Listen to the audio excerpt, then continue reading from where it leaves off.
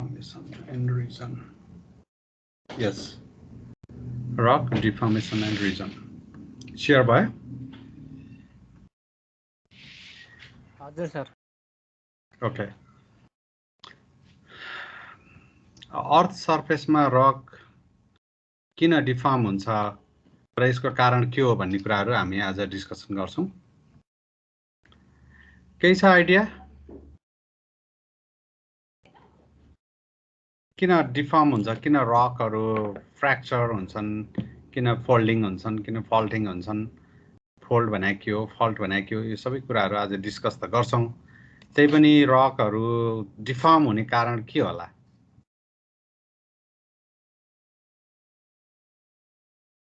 Any idea?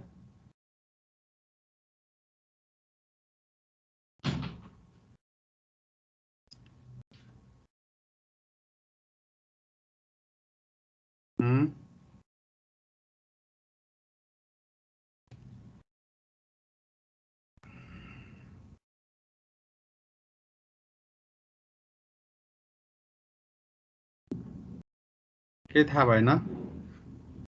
किन deform हुन्छ rock? Pressure temperature अनि टाइमले गर्दा। प्रेसर टेम्परेचर टाइम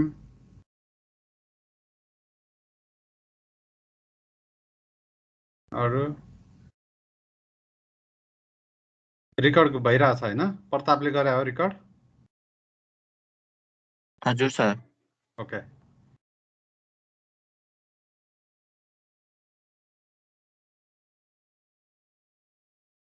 कता गयो?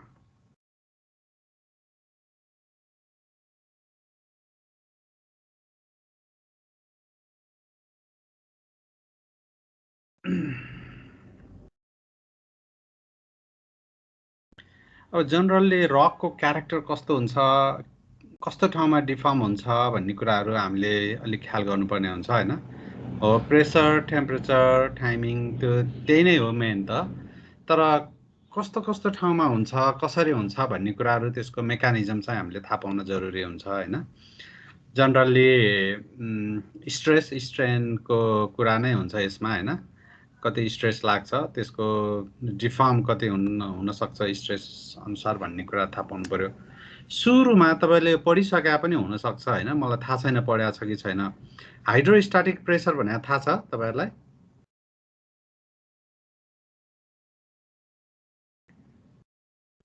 यस सर। के हो भन्नु त हाइड्रोस्ट्याटिक प्रेसर भनेको? लिक्विडले एक्जर्ट गर्ने प्रेसर। लिक्विडले एक्जर्ट गर्ने प्रेसर कस्तो खालको हुन्छ त्यो? तपाई पानी भित्र छिर्यो भने तपाईलाई चाहिँ चारैतिरबाट प्रेसर हुन्छ नि हैन? चारैतिरबाट इक्वल प्रेसर हुन्छ। त्यसलाई चाहिँ हाइड्रोस्ट्याटिक प्रेसर भन्छ। लिक्विडले एक्जर्ट गर्ने प्रेसर मात्रै नभनिकन चारैतिरबाट इक्वल अमाउन्टमा प्रेसर लागिरहेको हुन्छ। त्यसलाई चाहिँ हामी हाइड्रोस्ट्याटिक प्रेसर भन्छौं हैन? तर जनरली यो जुन रकमा त्यस्तो खालको प्रेसर नलाग्न पनि सक्छ। कुनै कुनै एकदमै फेभरेबल कन्डिसन, एकदमै स्पेशल कन्डिसनमा त्यो सर्टेन रकमा त्यस्तो खालको हाइड्रोस्ट्याटिक प्रेसर टाइपकै प्रेसर लाग्न पनि सक्छ। तर धेरै जस्तो ठाउँमा रकमा लाग्ने प्रेसर भनेको हाइड्रोस्ट्याटिक प्रेसर हुँदैन, इनइक्वल प्रेसर हुन्छ। कुनै डिरेक्सनबाट बढी फोर्स लागिरहेको हुन्छ, कुनै डिरेक्सनबाट कम फोर्स लागिरहेको हुन्छ। त्यस्तो खालको प्रेसरलाई चाहिँ हामी लिथोस्ट्याटिक प्रेसर भन्छौं है। यसलाई चाहिँ कहिलेकाहीँ हामी आइसोस्ट्याटिक प्रेसर पनि भन्न सक्छौं। लिथोस्ट्याटिक प्रेसर र हाइड्रोस्ट्याटिक प्रेसरमा टोटल्ली डिफरेन्स छ। हाइड्रोस्ट्याटिक प्रेसर चारैतिरबाट जुन डिरेक्सनबाट जताबाट तपाईले मेजर गरे पनि सेम प्रेसर हुन्छ भने लिथोस्ट्याटिक प्रेसरमा अनइक्वल फोर्स लागिरहेको हुन्छ डिफरेन्ट डिरेक्सनमा। र त्यसरी अनइक्वल फोर्स लागेको ठाउँलाई चाहिँ हामी त्यस्ता खालको फोर्सलाई डिफरेन्शियल फोर्स पनि भन्छौं है। डिफरेन्शियल फोर्स लागेको कारणले पनि रकमा डिफर्म हुने चान्सेस बढी हुन्छ। अब यो एउटा सिम्पल इक्जाम्पल हेर्नुहोस् यहाँ होइन, आइसोस्ट्याटिक प्रेसरमा चाहिँ चारैतिरबाट यो प्रेसर लागेको हुन्छ। अब यो अब्जेक्ट चाहिँ सर्टेन डेप्थमा हुनु पर्यो नि होइन, सर्टेन डेप्थमा भयो भने मात्रै त्यो डेप्थमा यहाँ लाग्ने प्रेसर र यहाँ लाग्ने प्रेसर फरक हुन्छ। यहाँ बढी प्रेसर लाग्छ भने यो ठाउँमा चाहिँ अलिकति सालो डेप्थमा चाहिँ कम प्रेसर लाग्ला। भनेपछि त्यो अब्जेक्ट कहाँनिर छ, त्यसको पोजिसन कहाँनिर हो भन्ने कुराहरू पनि मोर त्यसले गभर्न गरिरहेको हुन्छ। कति प्रेसर त्यसमा एक्ट भइरहेछ, एक्जिस्ट भइरहेछ भन्ने कुराहरू। अब यसमा x equal to y equal to z हुन्छ होइन। यस्तो ठाउँमा चाहिँ यतापट्टि यक्स भयो, यो वाइ भयो, यतापट्टि जेड छ भने चारैतिरको प्रेसर चाहिँ इक्वल हुन्छ। अर्को कुरा तपाईँले के थाहा पाउनु पर्यो भने जति डेप्थमा गयो त्यति नै बढी प्रेसर लागेर त्यसले भोल्युम चाहिँ सानो बनाउँदै जान्छ होइन। यो त एकदम कमन कुरामा एकदमै कमन कुरा भन्दैछु। अब यो अलिकति स्यालो डेप्थमा चाहिँ यसको भोल्युम अलिकति ठुलै हुन्छ। जति डेप्थमा भयो, पृथ्वीको भित्र इन्टेरियर अफ द अर्थमा पनि यस्तै केस हुन्छ। जति अब भनौँ न 20 किलोमिटर तल भएको जुन अब्जेक्ट छ र 100 किलोमिटर तल भएको अब्जेक्ट छ भने त्यसले प्रेसर एउटै गेन गरिरहेको हुँदैन, डिफ्रेन्ट प्रेसर गेन गरेर हुन्छ। र बढी प्रेसर एडजस्ट हुने ठाउँमा चाहिँ त्यसले भोल्युम पनि सानो बनाएर बसिरहेको हुन्छ, एकदमै बढी प्रेसरमा बसिरहेको हुन्छ होइन। यो एकदम कमन कुरा हो यिनीहरू त। अब म यो अलिकति क्लियरली यो पढ्छु होइन। When external force is applied to a body, intermolecular force arises that oppose the applied force. बुझिन्छ यो? When external force is applied to a body, intermolecular force arises.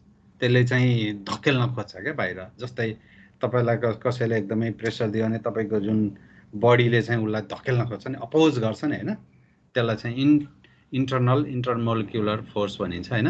If the applied force is not too large, this force may be sufficient to completely resist the applied force हैन।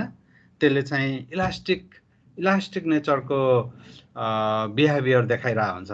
एकदमै कम छ त्यो बाहिरबाट external force एकदमै कम छ भने चाहिँ त्यो फोर्स लागिन्जेल त्यो सर्टेन डिस्प्लेस होला, फोर्स रिलिज हुने बित्तिकै त्यो चाहिँ फेरि आफ्नो ओरिजिनल पोजिसनमा त्यो आउँछ हैन। त्यो चाहिँ इन्टरमोलिकुलर फोर्सको कारणले त्यस्तो भएको हो। अब त्यो एप्लाइड फोर्स चाहिँ एकदमै बढी छ, एकदमै धेरै छ भनेदेखि त्यो चाहिँ पर्मनेन्टली त्यो फोर्स लागेको डिरेक्सनतिर चाहिँ त्यो डिस्प्लेस हुन्छ र पहिलाको ओरिजिनल पोजिसनमा त्यो आउन सक्दैन। त्यसरी पर्मनेन्टली डिस्प्लेस भएको जुन मास छ त्यो मास सर्टेन स्ट्रक्चर्सहरू, इन्टरनल मोलिकुलर स्ट्रक्चर्सहरूमा डिफर्म हुन्छ, त्यहाँ क्रैकिङ हुन्छ, त्यहाँ ब्रेकडाउन हुन्छ हैन, र त्यो चाहिँ ओरिजिनल पोजिसनमा आउन सक्दैन। त्यो कन्डिसनलाई नै हामी चाहिँ डिफर्मेसन भन्छौं। बुझिन्छ? रकमा हुने कन्डिसन त्यही हो। जनरली एकदमै स्मल फोर्स छ भने इन्टरमोलिकुलर फोर्सले त्यसलाई अपोज गरिरहेको हुन्छ र सर्टेन थोरै बेन्डिङ भए पनि त्यो ओरिजिनल पोजिसनमा आउँछ। एकदमै बढी फोर्स लागेछ भने यो चाहिँ यसरी क्रैकिङ भएर चाहिँ इन्टरमोलिकुलर फोर्सेस स्ट्रक्चर्समा चाहिँ ब्रेकडाउन हुन्छ र त्यसले चाहिँ ओरिजिनल पोजिसनमा इलास्टिक कन्डिसनमा त्यो रहन सक्दैन र प्लास्टिक कन्डिसनमा त्यो जान सक्छ र त्यो चाहिँ त्यस्तो खालको केसलाई चाहिँ हामी डिफर्मेसन भन्छौं। अब डिफर्मेसन विभिन्न तरिकाबाट हुन्छन् हैन। एउटा चाहिँ विभिन्न स्ट्रेस हुन्छ, एउटा चाहिँ कम्प्रेसनल स्ट्रेस हुन्छ, अर्को टेन्सनल स्ट्रेस हुन्छ, अर्को शियर स्ट्रेस हुन्छ। यो तीनटै तरिकाको स्ट्रेसबाट डिफर्म हुन सक्छ। अब यसलाई चाहिँ हामी डिफरेन्शियल स्ट्रेस पनि भन्न सक्छौँ हैन।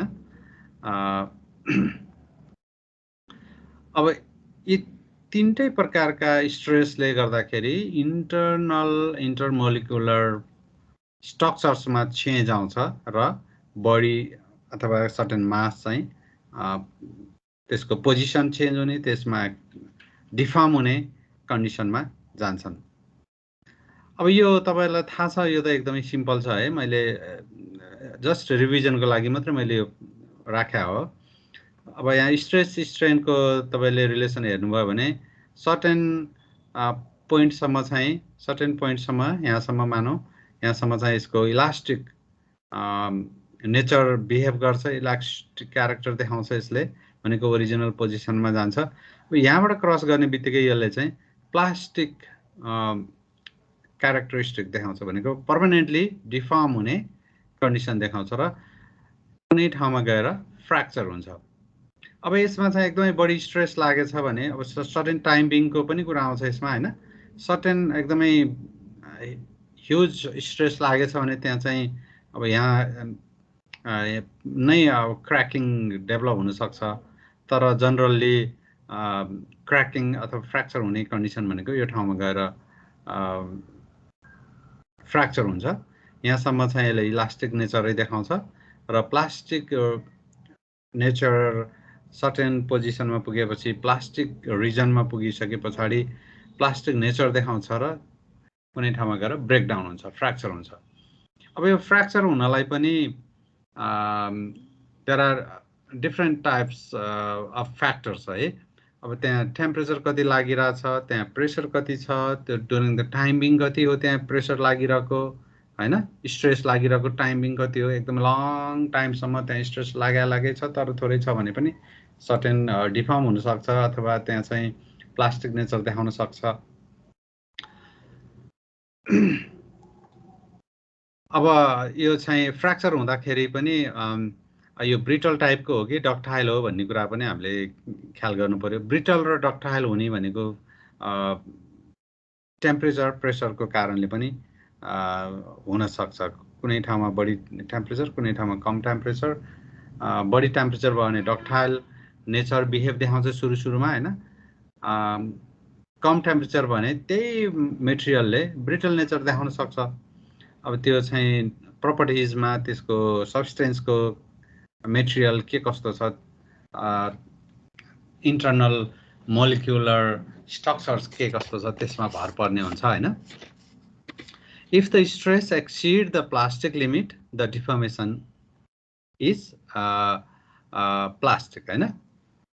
The specimen only partially returns to its original shape even if the stress is removed। भनेको ओरिजिनल पोजिसनमा पुग्न सक्दैन, अलिकति पार्शियल्ली रिटर्न भए पनि ओरिजिनल पोजिसनमा यो जान सक्दैन, त्यस्तोलाई चाहिँ हामी प्लास्टिक मेटेरियल्स भनिन्छ। Steel rod for example begins to get thinner or neck in the middle, and then after stress is released, the construction remain in the rod.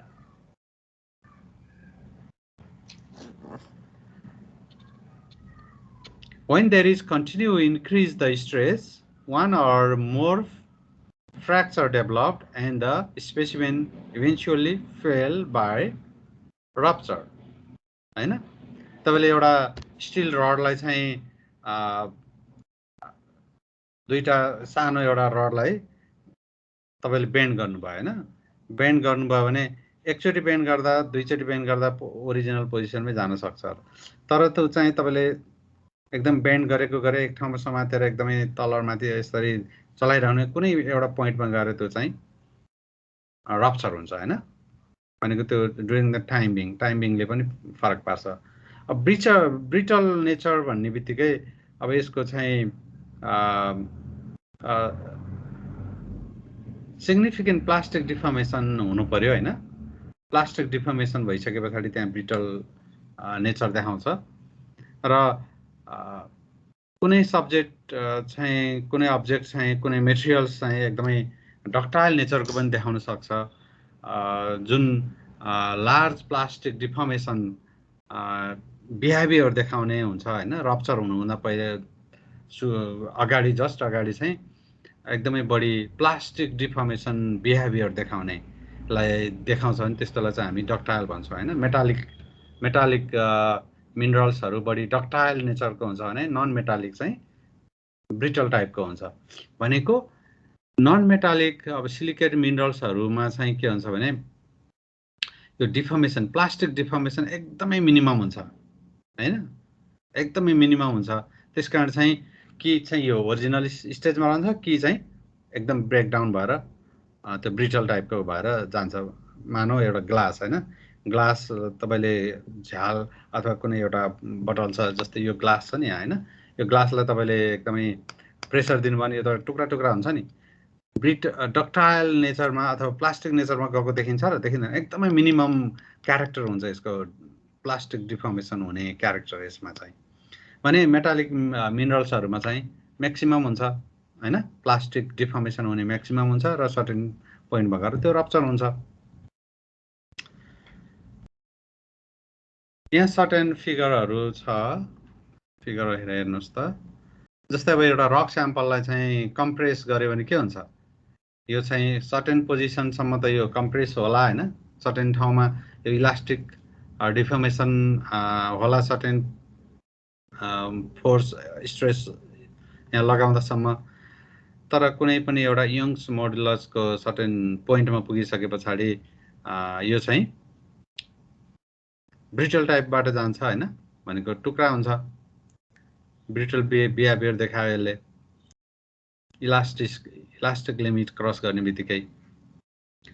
त्यस्तै अर्को चाहिँ टेन्स स्टाइल हुँदा पनि अब त्यो एउटा रकलाई चाहिँ हुक गरेर समातेर एकदमै तानियो भने सर्टेन पोजिसनसम्म एकदमै नेग्लिजिबल हुन्छ, हामीले देख्न सक्दैनौँ होइन। एकदमै त्यो माइक्रो मिलिमिटरको रेन्जमा त्यो चाहिँ सर्टेन एक्सटेन्सन होला त्यो। त्यस पछाडि यो चाहिँ सर्टेन पोजिसनमा गएर यो चाहिँ ब्रेकडाउन हुन्छ। म एक गिलास पानी पिउँछु है।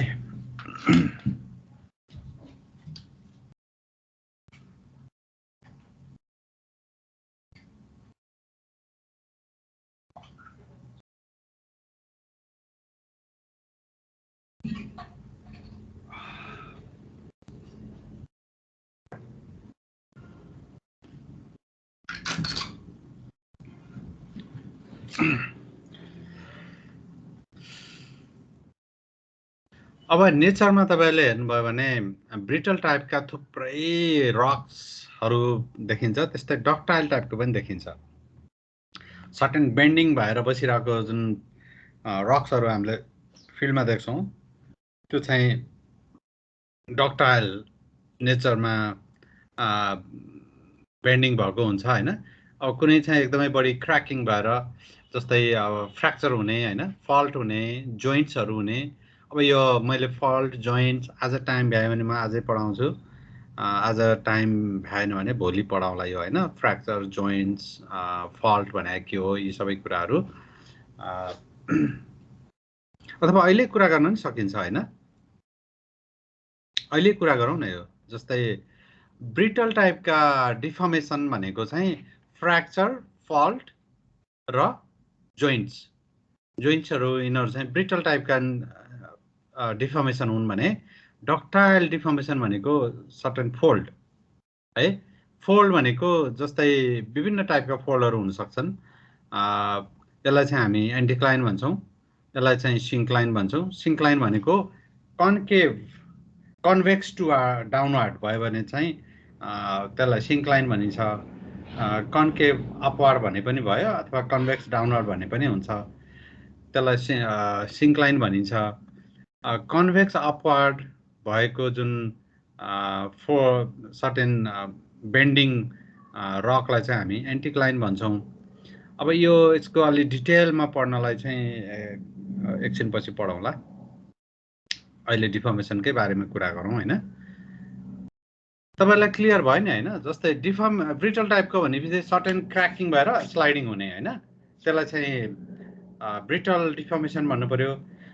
त्यो फ्र्याक्चर भएको छैन, रप्चर भएको छैन, तर सर्टेन बेन्डिङ भएको छ, भने त्यसलाई चाहिँ डक्टाइल डिफर्मेसन भन्नु पर्यो है। नेचरमा यो दुईटै फ्रिक्वेन्टली देखिन्छ। हामी फिल्डमा हेरौँला, फोटोहरू पनि छन् मसँग, अहिले देखाउँछु। अब यहाँ तल हेर्नुभयो भने चाहिँ सर्टेन यस्ता खालको यो जुन बेडिङ प्लेनहरू छ हैन, बेडिङ प्लेनहरू चाहिँ अब यसरी क्र्याकिङ भएर सुई सुई अब यो एकदमै एउटै जस्तै यो यहाँको यो बेडिङ प्लेन अर्को लेजर निकालौँ, लेजर पोइन्टर। जस्तै यो चाहिँ लेयर, यो लेयर, यो लेयर, यो एउटै लेयर हो, तर यहाँ चाहिँ एकदमै ब्रिटल टाइपको फ्र्याक्चर भयो हैन, रप्चर भएर यो सर्टेन स्लाइडिङ भएको छ यहाँनिर। अब यसलाई चाहिँ हामी फल्ट भन्छौँ हैन, विभिन्न फल्टिङहरू भएको छ यसमा।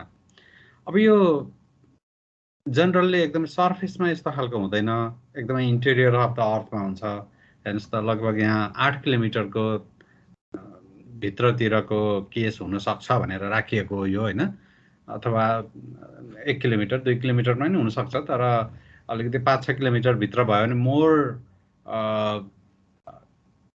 यसमा चाहिँ बढी एक्सनमा गइरहेका हुन्छ त्यस्तो खालको रकहरू। र जस्तै 5 किलोमिटरको वरिपरिमा चाहिँ ब्रिटल टाइपको होला, अझै त्योभन्दा तल गइसके पछाडि यो चाहिँ डक्टाइल नेचरको डिफर्मेसन हुनसक्छ। किन बढी डेप्थमा गयो भने डक्टाइल हुने भयो त, यसमा हाई प्रेसर छ, एकदम प्रेसर छ, बढी प्रेसर भइसके पछाडि त्यहाँ चाहिँ ब्रिटल टाइपको नेचर देखाउन सक्दैन, त्यसले डक्टाइल नेचर देखाउँछ। भित्र जति भित्र गयो त्यति यसको टेम्परेचर पनि बढ्छ। टेम्परेचर कति बढ्छ त? 1 किलोमिटर भित्र गयो भने एभरेजमा 30 डिग्री सेन्टिग्रेड बढ्दछ। जस्तै अहिले सर्फेसमा कति छ? सर्फेसमा जुन बाहिरको इन्भाइरोमेन्टमा अहिले मानौ 25 डिग्री सेन्टिग्रेड छ टेम्परेचर भने 1 किलोमिटर भित्र जाँदाखेरि कति हुने भयो? 55 डिग्री हुने भयो हैन, 55 डिग्री भयो, 30 डिग्री सेन्टिग्रेड बढ्दै जान्छ।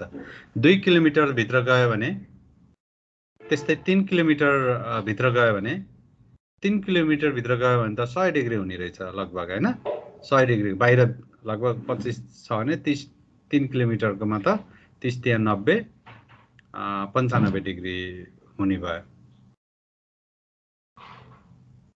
3 किलोमिटरको एभरेजमा।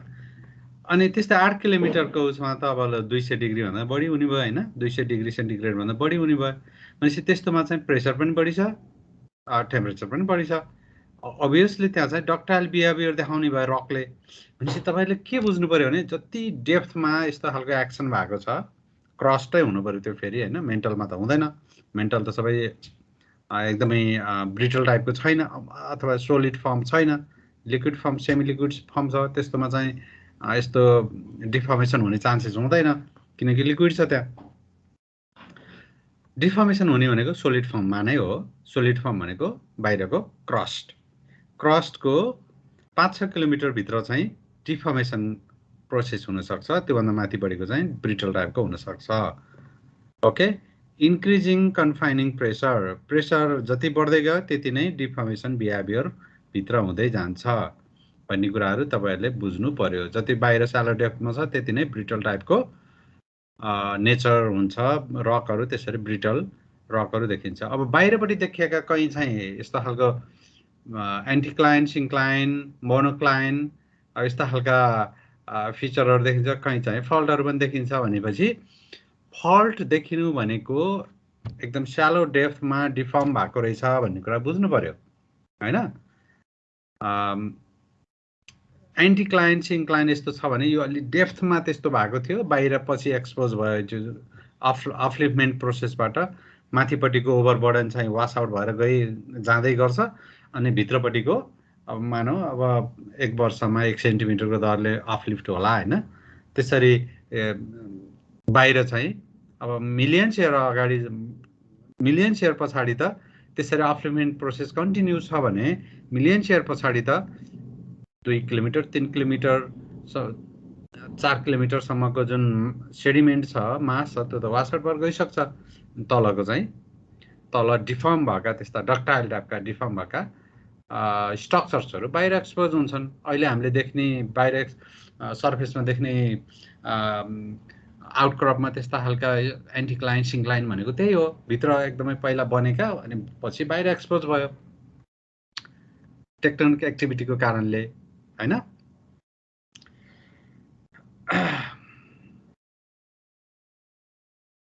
ओके, अब यो डिफर्म हुने त टेम्परेचर कन्फाइनिङ प्रेसरकै कारणले हुन सक्छ भन्ने कुरा हो। अब लो कन्फाइनिङ स्ट्रेस छ भनेदेखि मेटेरियल चाहिँ ब्रिटल टाइपको हुन्छ र एकदम हाई कन्फाइनिङ प्रेसर छ भनेदेखि त्यो चाहिँ डक्टाइल नेचरको हुन्छ भन्ने कुरा हो।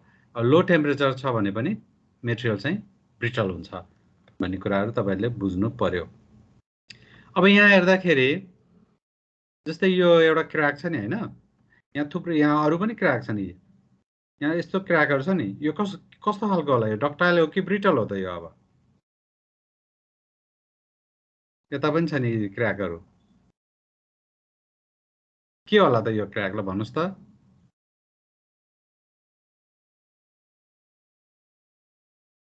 कुनै एकजना डक्टाइल होला? डक्टाइल कसले भने हो डक्टाइल भनेर?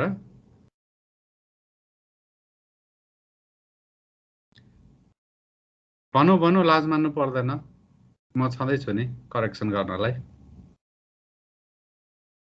किन ल भनौँ त डक्टाइल हो? कसरी डक्टाइल त्यो?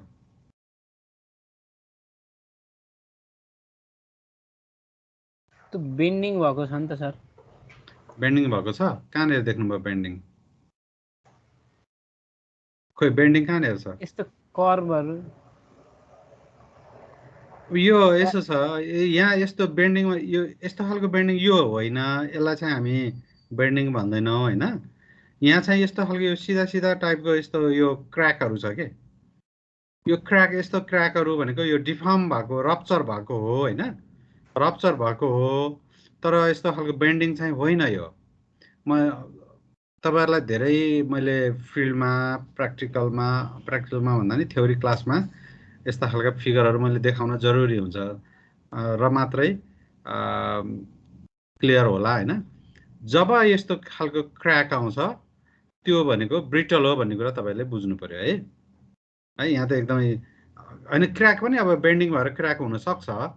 रप्चर भयो भने दैट इज द ब्रिटल है।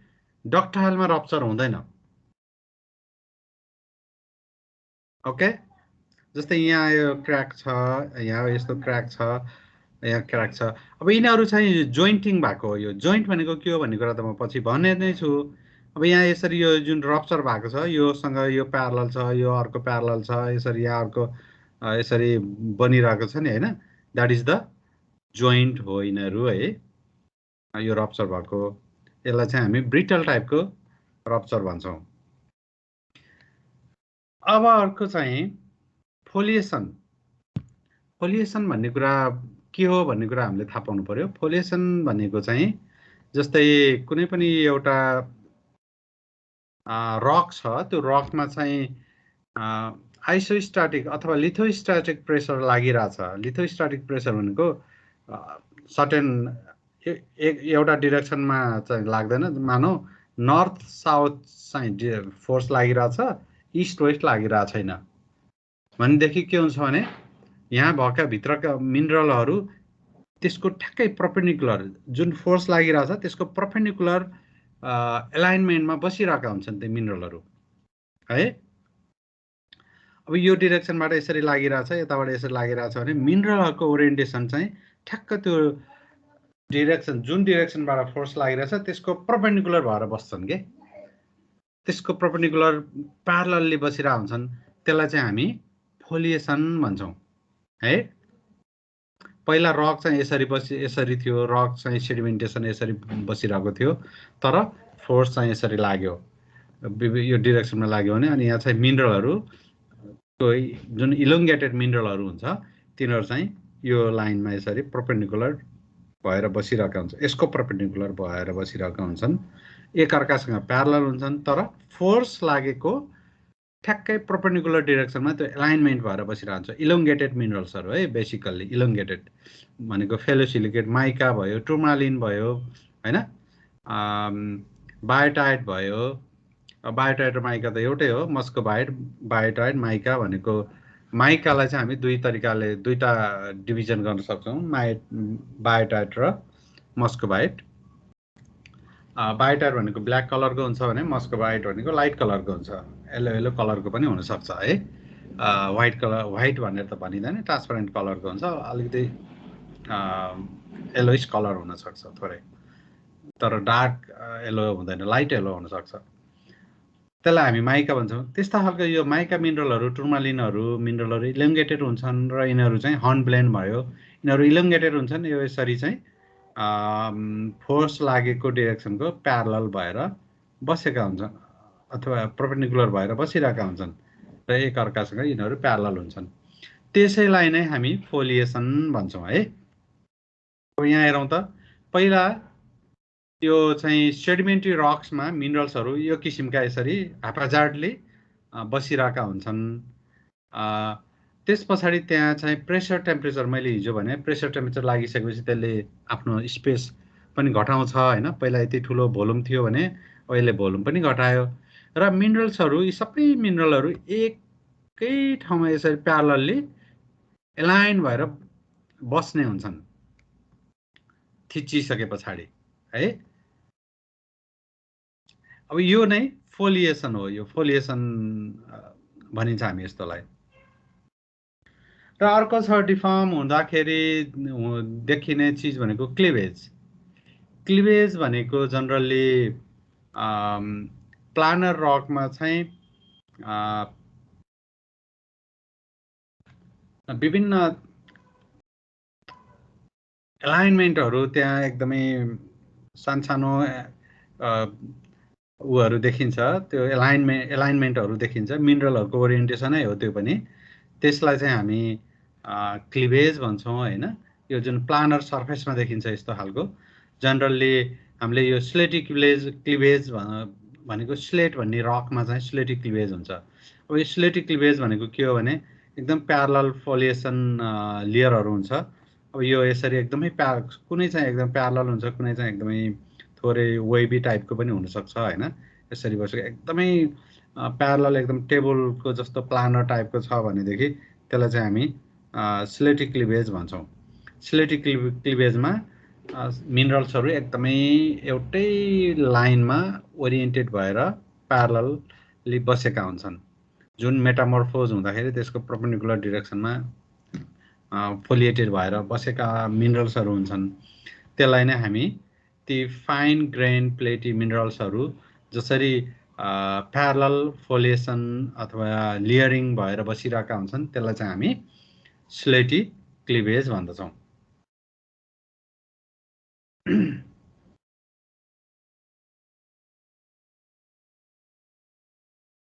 अब यहाँ हेर्नुभयो भने द्याट इज द स्लेट हैन। अब यो स्लेटको जुन यो जुन लेयरहरू देखिन्छ, यी लेयरहरू देखेका छन्, एउटा माथि अर्को, अर्को माथि अर्को, यसरी। जस्तै यहाँबाट तपाईँले हेर्नु भने यहाँ एउटा लेयर छ, यस्तो लेयरहरू एकदमै कन्टिन्युसली देखिन्छ नि हैन। अब यो चाहिँ यसलाई चाहिँ ह्यामरिङ गर्यो भने, ब्रेकडाउन गर्यो भने एकदमै त्यो थिन सिटमा चाहिँ पातलो एकदमै त्यो जुन उसमा चाहिँ ब्रेकडाउन हुन्छ भनेको स्प्लिटेबल हुन्छ यो हैन। त्यो हामीले त्यो जुन यसको प्लानरको क्रस सेक्सनमा हामीले फुटायौँ भने चाहिँ, ह्यामरिङ गऱ्यौँ भने यो एकदमै स्प्लिटेबल हुन्छ। त्यसलाई चाहिँ हामी स्लेटी क्लिभेज भन्छौँ। त्यस्तै अर्को विभिन्न क्लिभेजहरू हुन्छन्, फ्र्याक्चर क्लिभेज, अनि सेयर क्लिभेज, क्राइनुलेसन क्लिभेज, फिलाइटी क्लिभेज भन्ने हुन्छ, अर्को एक्सेल प्लेन क्लिभेज भन्ने हुन्छ। थुप्रै क्लिभेजहरू हुन सक्छन् हैन। त्यो क्लिभेजहरूको आफ्नो आफ्नै क्यारेक्टरहरू छ। अब जस्तै फ्र्याक्चर क्लिभेज भन्ने बित्तिकै it is due to the closely space jointing भएर जुन फ्र्याक्चर हुनेलाई चाहिँ हामी फ्र्याक्चर क्लिभेज भन्छौँ। जस्तै यसमा हेऱ्यो भने, यहाँ हेऱ्यो भने जस्तै यहाँ एउटा लाइन छ, यहाँ अर्को लाइन छ हैन। अब यो तपाईले यहाँ हेर्नु भने सर्टेन एकदमै प्यारलल भएको यस्तो लाइनहरु देखिन्छ नि, द्याट इज द फ्र्याक्चर क्लिभेज है। यो जोइन्टिङ हुँदाखेरि चाहिँ यही क्लिभेजमा यसरी फोर्स लाग्यो भने यसैबाट त्यो चाहिँ रप्चर भएर फुट्ने हुन्छन्।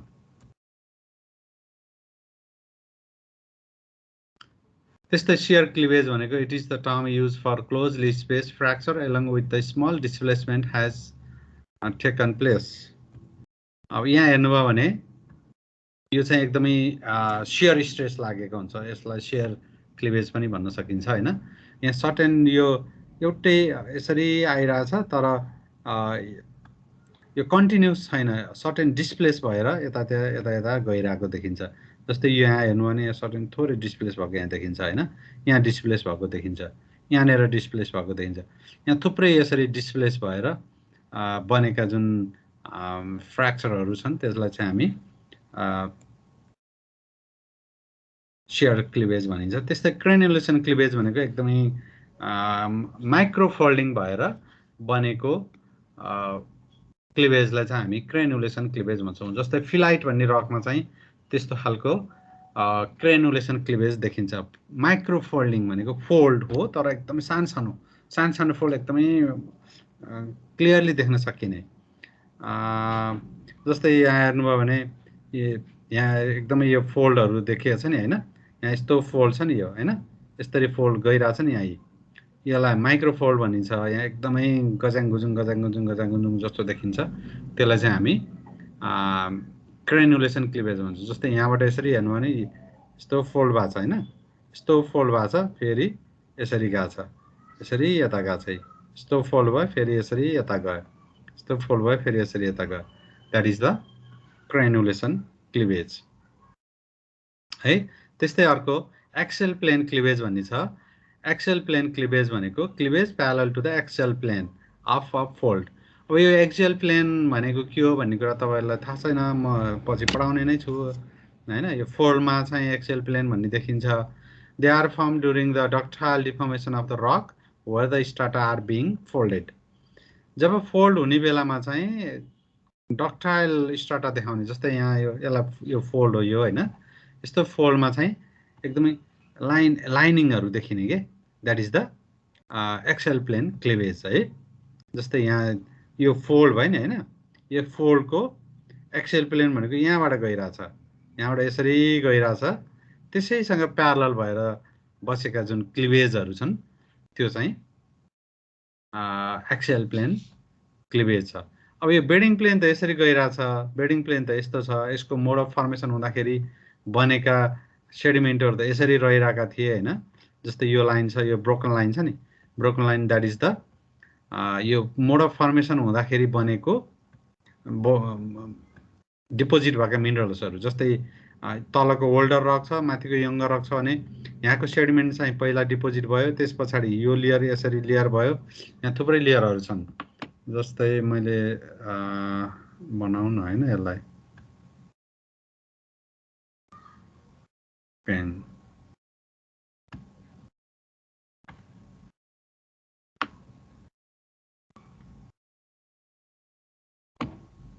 सरी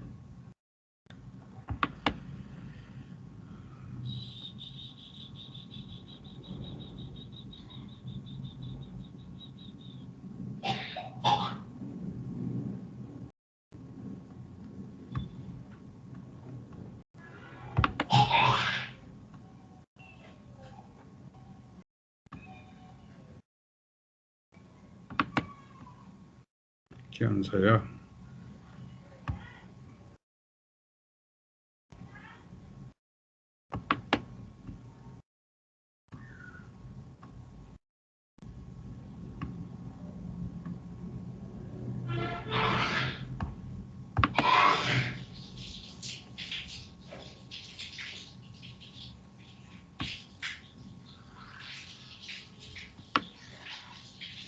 यसरी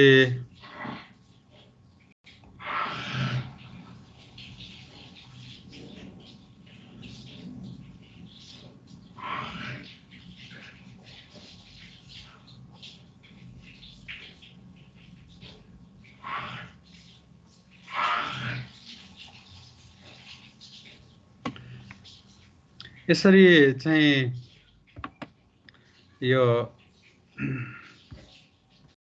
अब यहाँको यो सेडिमेन्टहरू एउटा लेयर यसरी बसिरहेको थियो, अर्को लेयर यसरी बसिरहेको थियो। सेडिमेन्टी रक्समा चाहिँ यसको मिनरलहरू यसरी बसिरहेको हुन्छ। तलको होल्डर, माथिको यङ्गर मिनरल्सहरू डिपोजिट्स, रक फ्रेगमेन्ट पनि हुनसक्छ, डिपोजिट भइरहेको हुन्छ। र पछि मेटामर्फिजम हुँदाखेरि डक्टाइल नेचर देखायो यसले, भनेको एकदम डेप्थमा चाहिँ एकदमै प्रेसर लाग्यो, यसमा टेम्परेचर पनि चेन्ज भयो। त्यो हुँदाखेरि यसले चाहिँ सर्टेन फोल्डिङ स्ट्रक्चर बनायो हैन। फोल्डिङ स्ट्रक्चर बनाउँदाखेरि यसले चाहिँ यस्ता खालका लेयरहरू देखिन्छ। अब मिनरल्सहरू अथवा लेयर यसरी डिपोजिट भएका हुन् कि जस्तो पनि देखिन्छ, एकदमै झुक्क्याउँछ यस्तो खालको।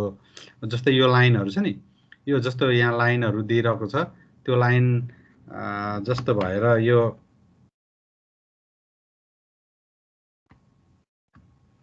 यो लाइनसँग बेडिङ प्लेन यस्तो खालको हो कि भन्ने खालको पनि देखिन सक्छ। त्यसकारण क्लिवेजले चाहिँ हामीलाई कहिलेकाहीँ झुक्क्याउँछ, यो बेडिङ प्लेन कता हो भन्ने कुराहरू थाहा पाउनलाई एकदमै ख्याल गर्नुपर्ने हुन्छ हैन। त्यस्तै अर्को बेडिङ प्लेन यस्तो छ, तर क्लिवेजहरू हेर्नुहोस् त एकदम इलोङ्गेटेड यसरी यहाँ बसिरहेको यस्तो खालको देखिएको छ। यो क्लिवेज चाहिँ यस्तो देखिनु भनेको बेडिङ प्लेन यसरी थियो, फोर्स चाहिँ यसरी लाग्यो।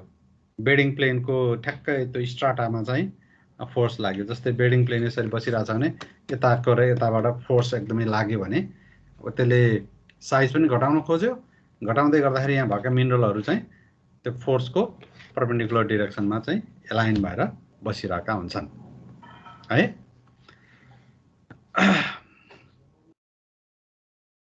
ओके, डिफर्मेसनको बारेमा त यही नै हो हैन। Any questions?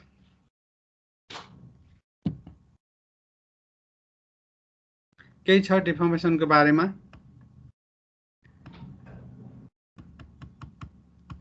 त्यस पछाडि म चाहिँ अर्को च्याप्टर अर्को भन्दा नि यही डिफर्मेसन भित्रैको स्ट्रक्चरल जियोलोजीको चाहिँ अर्को टपिक सुरु गर्छु।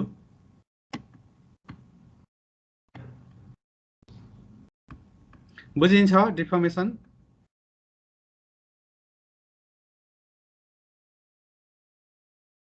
सबिना? हजुर सर, बुझ्दैछ। बुझिन्छ? हजुर।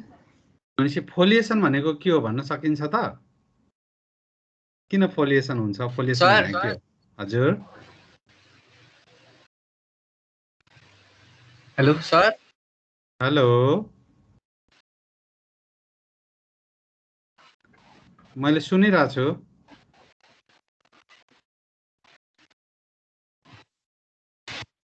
हेलो हेलो, ल सबिना भनौँ त।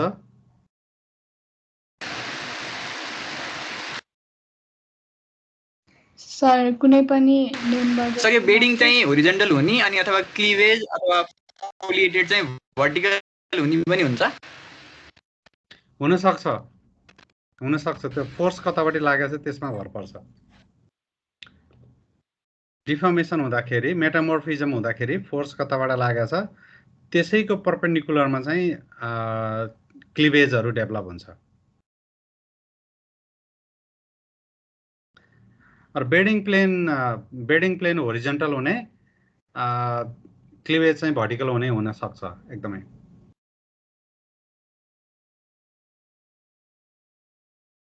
हजुर सबिनाजी। हजुर सर। ल फोलिएसनको कुरा भनौँ त। कुनै पनि मेम्बरमा चाहिँ कम्प्रेसिभ जस्तो फोर्स एक्जर्ट भयो भने चाहिँ त्यो फोर्ससँग परपेन्डिकुलर हुने अनि त्यो पार्टिकलहरू चाहिँ एकअर्कासँग प्यारलल भएर एरेन्ज हुन्छ। त्यसलाई चाहिँ हामी फोलिएसन भन्यौँ हैन। कस्तो बेलामा चाहिँ Roshan, are you there? Roshan Sharma? हजुर सर। कस्तो बेलामा फोलिएसन हुन्छ?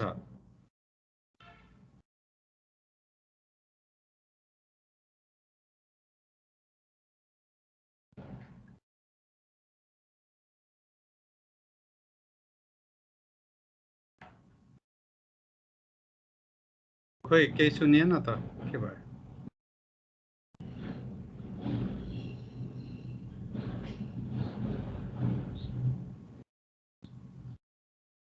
नवीन,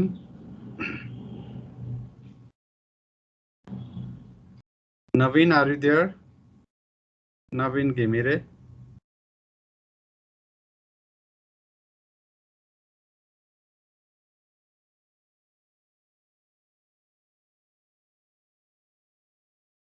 Pratik.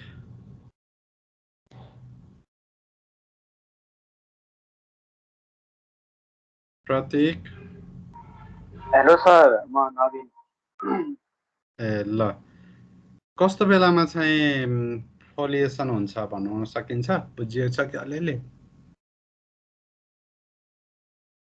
अब फोलिएसन चाहिँ अब जस्तै अब कुनै पनि अब रगमा चाहिँ अब दुईतिर अब जस्तै दुई अपोजिट फेसबाट चाहिँ अब फोर्स लाग्नु पर्यो अनि अनि त्यसपछि त्यसकै अब परपेन्डिकुलर डिरेक्सनमा चाहिँ मिनरलहरू चाहिँ एलाइन भएर बस्ने हो। अब त्यही दुईतिर अब फोर्स परपेन्डिकुलर डिरेक्सनमा भन्नाले अब कुनै पनि दुईटा डिरेक्सनबाट चाहिँ अब कम्प्रेसिभ नेचरको चाहिँ फोर्स लाग्नु पर्यो। अब त्यस्तो बेला चाहिँ फोलिएसन हुन्छ होला। त्यो कुन कन्डिसनमा, कुन पोजिसन भयो भने त्यस्तो खालको हुन्छ? कहाँ हुन्छ? सर्फेसमा हुन सक्छ कि नै त त्यो? सर्फेसमा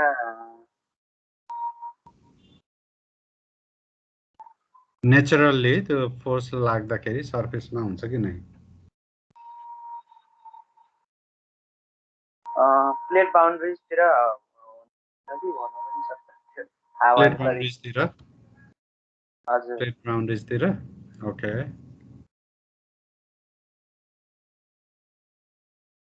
Roshan, can you explain about that? You have to speak, not sending text.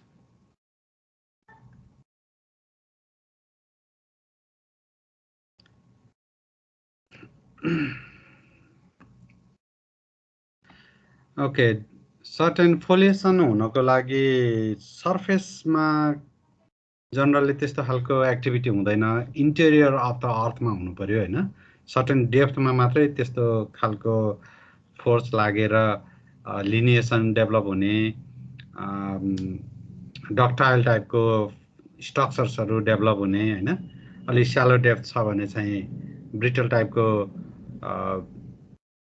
स्ट्रक्चर्सहरू, रप्चरहरू develop हुने, त्यो हुन्छ। जनरली फोल्डिङ हुनको लागि अथवा फल्टिङ हुनको लागि सर्टेन डेप्थमै हुनुपर्ने हुन्छ। त्यो सर्टेन डेप्थमा भइसके पछाडि बल्ल लिथोस्टाटिक प्रेसर लागिरहेको हुन्छ। त्यस्तो बेलामा चाहिँ रकले चाहिँ प्रेसर टेम्परेचर पनि सर्टेन गेन गरी त्यहाँ एक्जिस्ट भइरहेको हुन्छ। त्यो बेलामा चाहिँ मात्रै डक्टाइल नेचरको र ब्रिटल नेचरको डिफर्म हुन सक्छ त्यस्तोमा। ओके, म अब अर्को च्याप्टर सुरु गर्छु।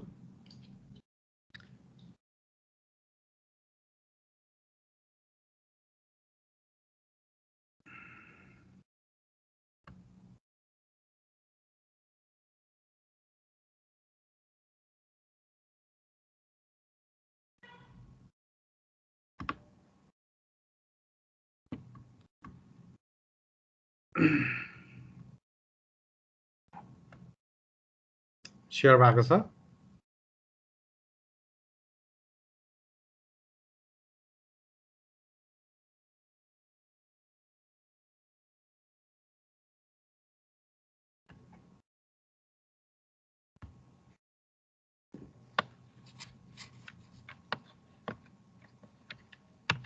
स्लाइड सेयर भयो? ओके अब यो कहिलेकाहीँ हामी यो इक्जाममा सोधिरहेको हुन्छ होइन, त्यसकारण मैले यो च्याप्टर अहिले नै सुरु गर्ने। जनरली हामीले चाहिँ फिल्डमा सुरु गर्ने च्याप्टर हो यो। फिल्डमा गइसके पछाडि हामी डिटेलमा यसको बारेमा कुराकानी गर्छौँ, डिस्कस गर्छौँ होइन। तर अब अहिले इक्जामभन्दा अगाडि हामी फिल्ड जाने सम्भावना कमै भएको हुनाले मैले थ्योरीमै यसलाई सुरु गरिरहेको छु। स्ट्रक्चरल जियोलोजीमा चाहिँ एटिट्युड अफ जियोलोजिकल फिचर्स भनेको सर्टेन हामी मेजर गर्न जियोलोजीका फिचर्सहरू के हामीले मेजर गर्न सक्छौँ, मेजर गर्ने मेटेरियल्स अथवा इन्स्ट्रुमेन्ट के हो भन्ने कुराहरू हामी डिस्कस गरौँ आज। अब जनरली स्ट्रक्चरल जियोलोजीमा चाहिँ विभिन्न यसको प्राइमरी स्ट्रक्चर्स, सेकेन्डरी स्ट्रक्चर्सको कुरा गर्दछौँ होइन। प्राइमरी स्ट्रक्चर्स भन्ने बित्तिकै those structures which are developed during the which are formed during the formation of rocks हैन, त्यसलाई चाहिँ हामी प्राइमरी स्ट्रक्चर्स भन्छौँ। अब सेकेन्डरी स्ट्रक्चर्स भनेको रक फर्म भइसके पछाडि सेडिमेन्ट्री रक्स होस् अथवा मेटामेटिक रक्स होस्, रक फर्म भइसके पछाडि डिफर्म हुने अथवा फर्म हुने, डेभलप हुने स्ट्रक्चर्सहरूलाई हामी सेकेन्डरी स्ट्रक्चर्स भन्छौँ। अब ती स्ट्रक्चर्सहरू त हामी फिल्डमा क्लियरली देख्न सक्छौँ होइन। ती के कस्ता छन् भन्ने कुराहरू फिल्डमा कुरा गरौँला। तर अहिले चाहिँ हामी एटिट्युड कसरी मेजर गर्ने त, त्यो जुन स्ट्रक्चर्सहरूको एटिट्युड कसरी मेजर गर्ने, बेडिङ प्लेनको स्ट्रक्चर के अरे एटिट्युड कसरी मेजर गर्ने, फोलिएटेड रकको एटिट्युड कसरी मेजर गर्ने, त्यो सबै कुराहरू हामी यहाँ डिस्कस गर्छौँ। जनरली स्ट्राइक भनेको कुरा हामीले थाहा पाउनु पर्यो। स्ट्राइक, डिप डिरेक्सन, यो तीनटा कुरा हामीले थाहा पाउनु पर्ने हुन्छ होइन। कुनै पनि रक एक्सपोजरको आउटक्रपको, रक आउटक्रप भन्ने बित्तिकै कुनै पनि हामी फिल्डमा गइसके पछाडि देखिने एक्सपोज भएर बाहिर देखिएको मासलाई चाहिँ हामी चाहिँ आउटक्रप भन्छौँ। त्यो आउटक्रपलाई मेजर गर्नको लागि सर्टेन पोइन्ट्सहरू हामीले थाहा पाउनु पर्ने हुन्छ। ती पोइन्ट्स भनेको स्ट्राइक, डिप एमाउन्ट, तिनीहरू थाहा पाउनु पर्ने हुन्छ होइन। अब स्ट्राइक भनेको चाहिँ जनरली एउटा स्लोप, यस्तो खालको एउटा स्लोपी ल्यान्ड छ भने कुनै पनि इक्वल अल्टिट्युडमा भएको पोइन्टहरू जोडेर जाने इमेजिनरी लाइनलाई हामी स्ट्राइक भन्छौँ है। इक्वल अल्टिट्युडमा भएका पोइन्टहरू जोडेर जाने इमेजिनरी लाइन, जुन लाइनले त्यो फेसमा टच भएर जान्छ, त्यो स्लोपमा टच भएर जान्छ, अथवा त्यो स्लोपको फेस जता छ त्योसँग प्यारल भएर जान्छ भने त्यसलाई चाहिँ हामी स्ट्राइक भन्छौँ है।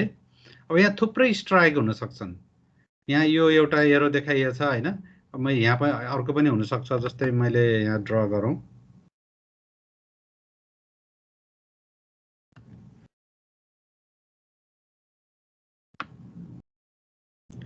यो अर्को स्ट्राइक, होरिजेन्टल इमेजिनरी लाइन भयो होइन, यो अर्को स्ट्राइक।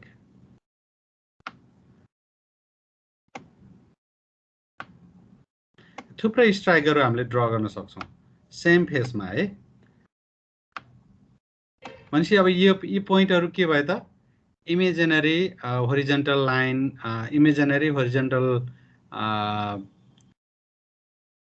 लाइन जुन इक्वल अल्टिट्युडमा भएका पोइन्टहरू जोडेर बनाइएको लाइनलाई हामी चाहिँ स्ट्राइक लाइन भन्छौँ है। त्यसो भए अब यो डिप भनेको के त, डिप भनेको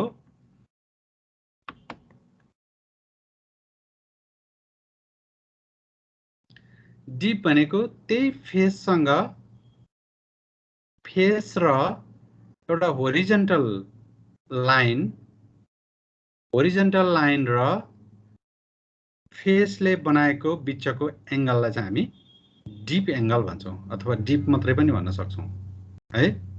जस्तै यसको हाइट कति छ होला, मानौ 2 मिटर छ, अनि चाहिँ हामी यहाँबाट 2 मिटर, यो पनि यहाँ होरिजेन्टल लाइन छ, होरिजेन्टल प्लेन छ हैन, यहाँबाट हामीले 2 मिटरको एउटा हाइट क्रिएट गर्यौं र यो यहाँको यो पोइन्ट र यसको यो 2 मिटरको जुन स्लोप छ त्यो स्लोपलाई चाहिँ हामीले यहाँ जोड्दियौं। अनि यहाँ सर्टेन एउटा लाइन देखियो, त्यही लाइन फलो गरेर जाने चाहिँ एउटा होरिजेन्टल प्लेन हुन्छ हैन। त्यो प्लेन र यो प्लेनले यो स्लोपको प्लेनले बनाएको जुन पोइन्ट बिचको एंगललाई चाहिँ हामी डिप एंगल भन्छौं। ओके, र यहाँबाट यो स्लोप कतापट्टि इन्क्लाइन भएको छ त्यो डाइरेक्सनलाई चाहिँ हामी डिप डाइरेक्सन भन्छौं।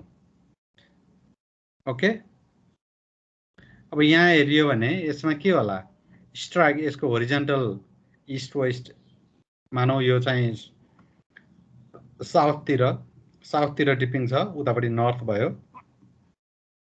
अनि इस्ट वेस्ट यसको स्ट्राइक भयो, डिप डाइरेक्सन साउथ भयो।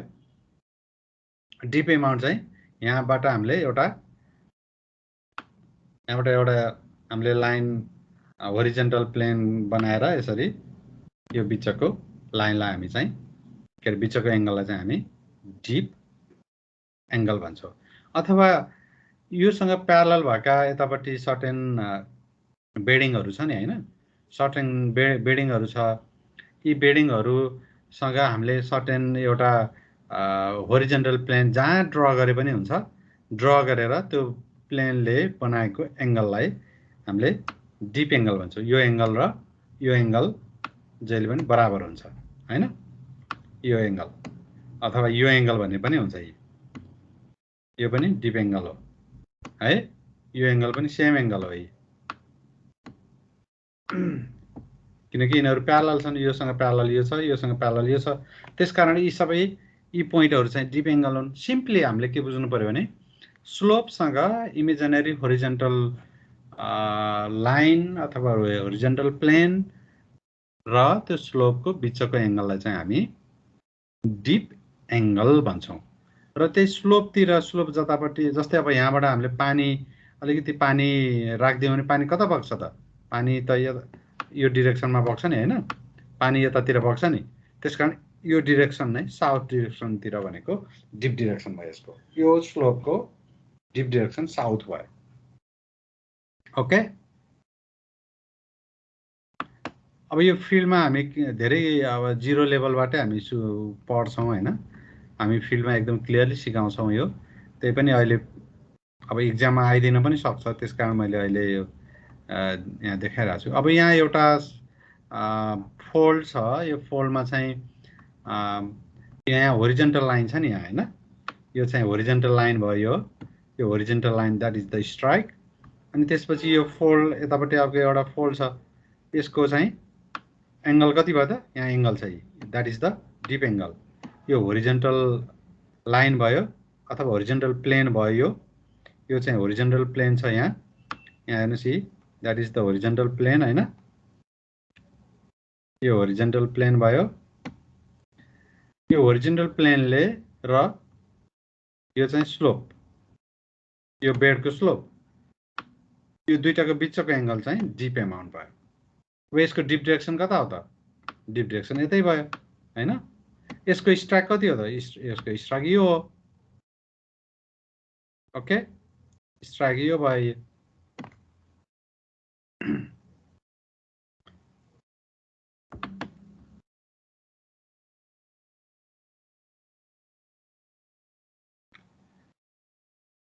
हामीले यहाँबाट पनि हेर्न सक्छौं। अब स्ट्राइक कसरी मेजर गर्ने त, स्ट्राइक जहिले पनि हामीले नर्थको रेफरेन्समा लिन्छौं। यो नर्थ भयो, नर्थबाट कति डिग्री एंगल बनाएको छ हैन, त्यसलाई चाहिँ हामी स्ट्राइक भन्छौं। भनेपछि 0 देखि 360 सम्मको जति पनि हुन सक्छ स्ट्राइक है। यो सर्कलमा जति पनि हुन सक्छ। यो 0 डिग्री भयो, यो 0 डिग्री हैन, यो 0 डिग्री नर्थ छ यो, र यो सर्कलमा यहाँ भएको यो जुन एंगल छ यो दुईटा अब हामीले यसरी जोड्दियौं भने यो एंगल कति छ त्यो चाहिँ स्ट्राइक हुन्छ है। यो स्ट्राइक हुन्छ भने डिप अमाउन्ट भनेको चाहिँ अब यो एउटा स्लोप छ नि हैन, यो स्लोपले होरिजेन्टल लाइनमा बनाएको एंगल भयो। डिप अमाउन्ट त प्रब्लम छैन। अब स्ट्राइक कसरी मेजर गर्ने भन्ने कुरा चाहिँ अलिकति थाहा पाउनु पर्यो। भनेको 0 देखि 360 सम्म हुन सक्छ। त्यसकारण अब यसको स्ट्राइक कति होला, मानौ 20 डिग्री होला हैन। यसमा यो 90 भयो हैन, यो चाहिँ यहाँ 90 छ, यो 90 भयो, यो यहाँनेर 180 छ हैन, 180, यो 270,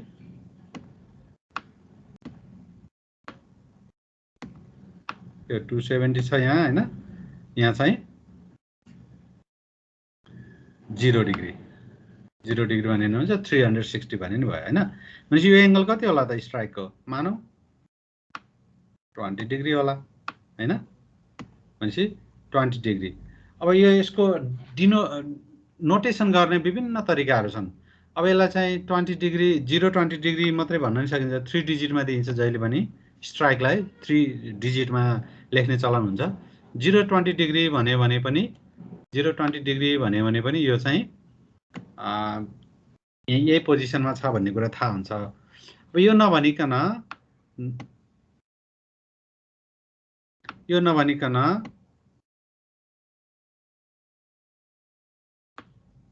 नॉर्थ 20 डिग्री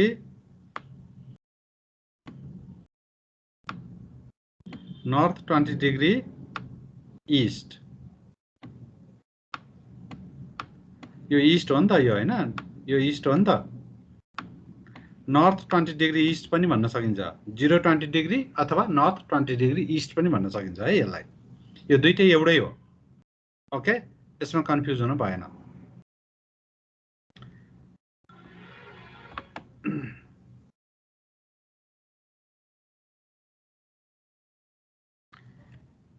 अब यो चट्टानमा हामीले हेर्यौं भने अब हामीले मेजर गर्न सक्छौं त यो कति डिग्री जति होला। यो मानौ उतापट्टि यो फेस नर्थ हो भने यो चाहिँ वेस्ट तिर इन्क्लाइन भएको छ हैन। यसको डिप डाइरेक्सन चाहिँ यतातिर छ, डिप डाइरेक्सन यतापट्टि छ। यसको स्ट्राइक कति हुने भयो, स्ट्राइक यस्तो छ हैन, अनि डिप अमाउन्ट यो भयो हैन त। डिप अमाउन्ट यो भयो, यो दुईटाको एंगल यो होरिजेन्टल प्लेन मानौ अथवा लाइन मानौ यसलाई, यो चाहिँ यसको डिप अमाउन्ट भयो, यो चाहिँ स्ट्राइक भयो है। अब नर्थ यतातिर हो भने नर्थबाट कति डिग्री बनायो त यो, त्यो चाहिँ हामीले मेजर गर्न सक्छौं। ओके, अब यसको हामीले मेजर गर्ने भनेको यो डिप कतापट्टि इन्क्लाइन भएको छ त, यो आउटक्रप कतापट्टि, यसको डिप डाइरेक्सन कतापट्टि छ, यो कति एंगलमा चाहिँ स्लोपमा बसिरहेको छ, यसको बेडिङ प्लेनको स्लोप कति हो हैन, यो बेडिङ प्लेनको डिप डाइरेक्सन कता हो, यो सबै कुराहरू हामीले मेजर गर्नुपर्ने हुन्छ। एकदमै यो कुनै पनि प्रोजेक्ट लन्च गर्नुभन्दा पहिला जियोलोजिकल स्टडी गर्नु एकदमै जरुरी हुन्छ, किनकि त्यहाँ फेलर हुन्छ कि हुँदैन, त्यहाँ कुनै जियोलोजिकल प्रब्लम क्रिएट हुन्छ कि हुँदैन भन्ने कुराहरू थाहा पाउनलाई सुरुमा हामीले मेजर गर्ने भनेको ओरिएन्टेसन मेजरमेन्ट पनि हो। त्यहाँ कस्तो खालको मिनरल छ, कुन टाइपको रक हो त्यो पनि थाहा पाउनु पर्यो हैन। धेरै कुराहरू हामीले हेर्न सकिन्छ यहाँबाट। अब अहिले हामी त स्ट्रक्चरको कुरा गर्दैछौँ, यहाँ विभिन्न स्ट्रक्चर्सहरू छन् कि छैनन् हेर्नु पर्यो, थाहा पाउनु पर्यो हैन। अब यहाँ त्यस्तो डक्टाइल टाइपको फोल्डहरू छ कि छैन हैन, डक्टाइल टाइपको स्ट्रक्चर्सहरू छ कि छैन, अथवा ब्रिटल टाइपको स्ट्रक्चर्सहरू छ कि छैन, ती कुराहरू चाहिँ हामीले हेर्नु पर्यो। जस्तै देख्न सक्नुहुन्छ यहाँ केही छ, यहाँ डक्टाइल नेचरको केही देखिन्छ,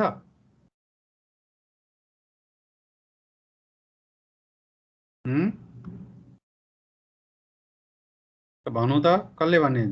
दिपकले भन्ने? Dipak Bhusal?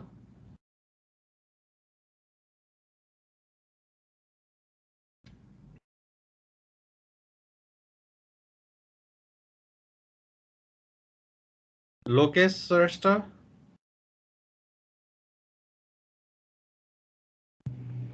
Are you there? हजुर सर। ल भनौँ त त्यहाँ डक्टाइल नेचरको कुनै फिचर देखिन्छ? स्ट्रक्चर्स? त्यो प्यारालल जस्तो देखिन्छ। यहाँ प्यारलल त देखियो यिनीहरू होइन, यो त बेडिङ प्लेन होला। यो चाहिँ त यो मोड अफ फर्मेसन हुँदाखेरि बनेको, पछि टेक्टोनिक एक्टिभिटी हुँदाखेरि टिल्ट भयो होइन, त्यो भएर इन्क्लाइन पोजिसनमा छ। यो पहिला त यिनीहरू चाहिँ सबै होरिजेन्टल पोजिसनमा थियो। यिनीहरू चाहिँ यो अहिले जुन इन्क्लाइन देखिन्छ नि, यिनीहरू यो इन्क्लाइन पोजिसनमा देखियो नि होइन, यो त सबै पहिला त होरिजेन्टल पोजिसनमा थियो। यिनीहरू टेक्टोनिक एक्टिभिटीको कारणले गर्दा यिनीहरू चाहिँ इन्क्लाइनमा भयो। भनेको एकापट्टि मोर फोर्स लाग्यो, अर्कोपट्टि फोर्स कम लाग्यो, लिथोस्ट्याटिक प्रेसर लाग्यो। त्यो कारणले चाहिँ यहाँ चाहिँ एकापट्टि बढी टिल्ट भयो, अर्कोपट्टि भएन होइन, अफ्लिमेन्ट हुँदाखेरि त्यो भयो। त्यस्तो स्ट्रक्चर्सहरू कुनै छ यसमा? डक्टाइल स्ट्रक्चर्स खै सर थाहा भएन। ओके, कसैले भन्न सक्छ? सर राइटको टपमा अनि ग्राउन्ड सर्फेसतिर। ओके, राइटको टपमा यहाँ भन्नुभएको? हजुर सर। एक्ज्याक्टली। यहाँनिर के छ हेर्नुहोस् त, यस्तो यहाँ फोल्ड छ कि छैन? यहाँ यस्तो खालको छ नि त यहाँ। मैले यही देखाउन खोजेको यो फिगरमा। यहाँ एकदमै मजाको यो डक्टाइल नेचरको यस्तो खालको स्ट्रक्चर छ। यहाँ त गजबको फोल्ड रहेछ नि त। अब यहाँ अलिकति अब यहाँ मात्रै हेरेर हुँदैन। जनरल्ली रक आउटक्रप हेर्दाखेरि पेरिफेरीमा के कस्तो चिजहरू छ, कसरी बसिरहेछ भन्ने कुराहरू एकदमै ख्याल गर्नुपर्छ। अब यसले के भन्छ त, अब यहाँ चाहिँ के देखिन्छ भने, अब हेर्नुहोस् है, तपाईँले यसलाई ख्याल नगरेको भएदेखि यो चाहिँ मानौ यो सबभन्दा ओल्डेस्ट रक हो। त्यसपछि यस पछाडि यो नम्बर 1 यो डिपोजिट भयो, अनि त्यसपछि नम्बर 2 मा यो डिपोजिट भयो, नम्बर 3 मा यो डिपोजिट भयो, अनि चौथो एपिसोडमा यो डिपोजिट भयो होइन, पाँचौँ एपिसोडमा यो डिपोजिट भयो, छैटौँ एपिसोडमा यो डिपोजिट भयो, सातौँ एपिसोडमा यो डिपोजिट भयो भन्न सकिन्थ्यो है, यो मात्रै हेरेको भए। अब यसले के भन्छ भने, अब यहाँ यो जुन यहाँ डिफर्म भएको छ नि होइन, डक्टाइल नेचरको फोल्ड छ नि यहाँनिर। अब यहाँ त के रहेछ भने, यो त सट्टै यो बाङ्गेर, सरी, यो त यसरी रिपिटिसन छ यहाँ त। अब यहाँ त यसरी पो आइरहेको रहेछ। यहाँ त यो यतापट्टिको रक त फोल्ड भएर यतापट्टि पो देखियो त। यो जस्तै यो 3 हो भने यो पनि अब 3 हुनु पर्यो होइन। यो 2 हो भने यो 2 हो भने यो त यतापट्टि आइरहेछ, यो 2 रहेछ।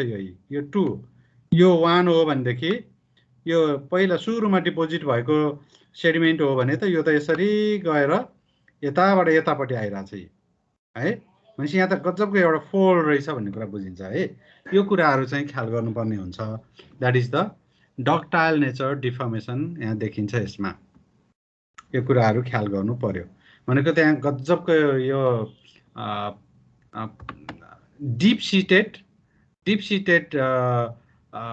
स्ट्रक्चर रहेछ पहिला, अथवा मेटेरियल रहेछ यो होइन। त्यो एकदम डिप सिटेड मेटेरियल भएको बेलामा चाहिँ एकदमै लिथोस्ट्याटिक प्रेसर लाग्यो यसमा, भनेको इनब्यालेन्स प्रेसर लाग्यो होइन, भनेको अनइक्वल प्रेसर लाग्यो। त्यो बेलामा चाहिँ अनि डक्टाइल भएर फोल्डिङ भयो। फोल्डिङ भइसके पछाडि के भयो त यो, अनि फेरि अपलिफ्टमेन्ट भइरहेछ नि त यो त होइन। माथिपट्टिको चाहिँ ओभरबर्डन चाहिँ हराउँदै गयो। 5-7 किलोमिटर भित्र भएको कुरा हो यो यस्तो फोल्ड। बाहिर यत्तिकै बाहिर एक्सपोज हुन सक्दैन। बाहिर एक्सपोज भइसकेपछि यस्तो खालको फोल्ड बन्नै सक्दैन है। त्यस कारण त्यो माथिपट्टिको 5-7 किलोमिटरको जुन ओभरबर्डन छ माथिपट्टिको त सबै वास आउट भएर गयो। त्यो वास आउट हुनलाई कति टाइम लाग्यो होला? मानौ 1 वर्षमा चाहिँ 1 सेन्टिमिटर वास आउट हुन्छ भने अब 7 किलोमिटर भनौँ, 5 किलोमिटर वास आउट हुनलाई कति टाइम लाग्यो होला? इमेजिन द्याट होइन। अब त्यसरी अहिले चाहिँ यो अहिलेको प्रेजेन्ट कन्डिसनमा एक्सपोज भएर बाहिर बसिरहेको हामीले देख्न सक्छौँ।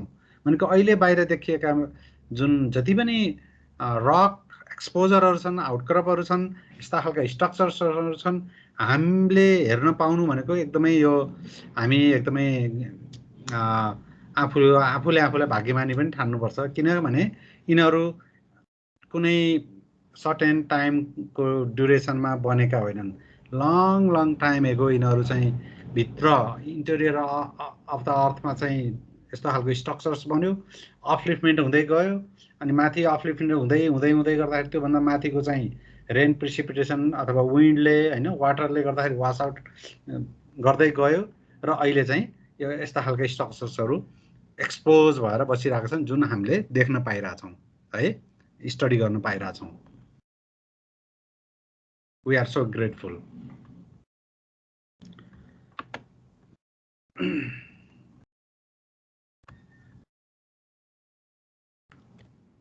Okay. अब हामीले कुरा गर्दै थियौँ ड्रिप र स्ट्राइकको कुरा गर्दै थियौँ होइन। ड्रिप र स्ट्राइकको कुरा गर्दा जस्तै अब यहाँ पनि अर्को एउटा त्यस्तो खालको इन्क्लाइन भएको छ। यहाँ यो लाइनमा यसरी इन्क्लाइन भएको छ, यो होरिजेन्टल लाइन भयो, यहाँ सर्टेन एङ्गल बनाएको छ, लगभग 8 देखि 10 डिग्रीसम्मको होला, 5 डिग्री पनि हुन सक्ला। यो चाहिँ डिप भयो। अब यसको डिप डिरेक्सन कता भयो त? यो एरो देखाएकोतिर डिप डिरेक्सन भयो। अब यसको स्ट्राइक कता हो त? डिप डिरेक्सनको जहिले पनि 90 डिग्रीमा हुन्छ अथवा परपेन्डिकुलरमा स्ट्राइक हुन्छ, त्यो कुरा बुझ्नु पर्यो। स्ट्राइकको परपेन्डिकुलर डिप डिरेक्सन, डिप डिरेक्सनको परपेन्डिकुलर स्ट्राइक, यसमा तपाईहरु कन्फ्युज हुनु भएन है। यो चाहिँ एकदमै यति कुरा त हामीले थाहा पाउन सक्यौं भने धेरै कुराहरू हामीले मेजर गर्न सक्छौं। ओके।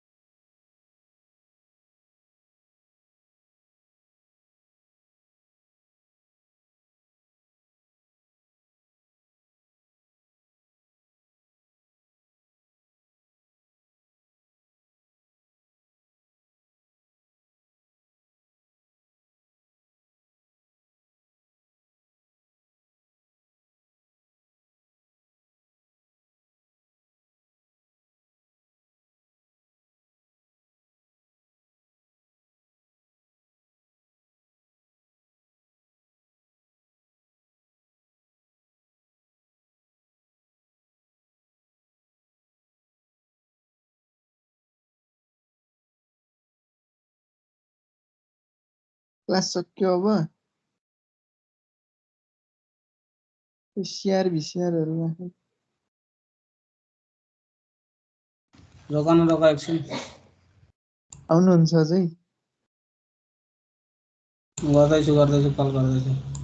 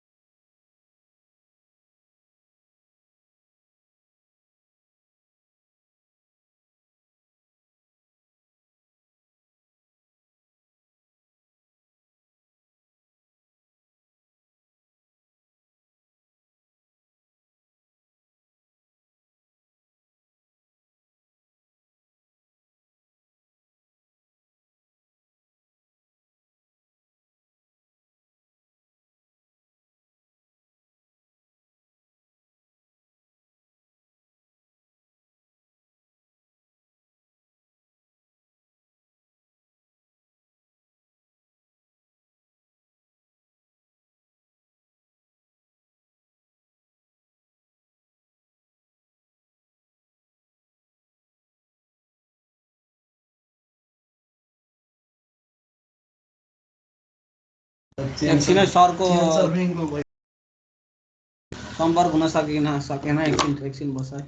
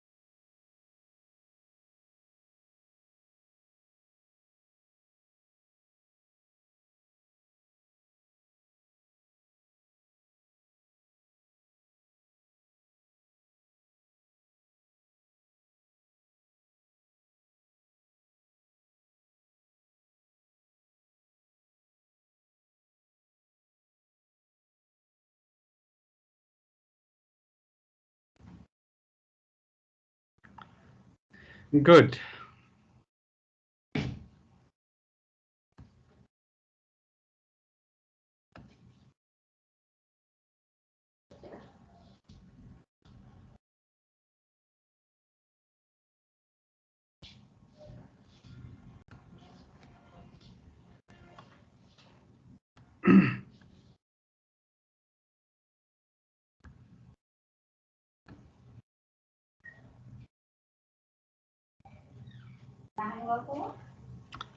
अहिले आयो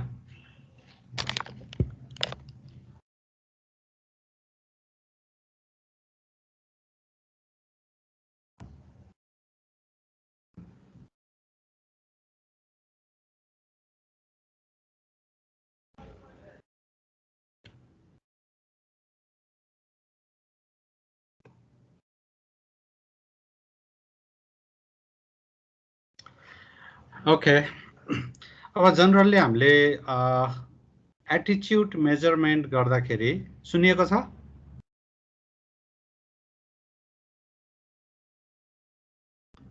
रोशन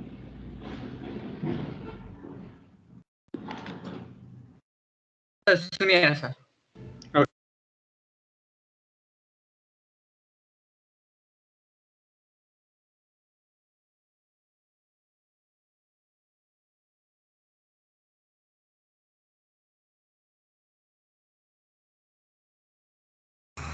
सर म्युट भयो।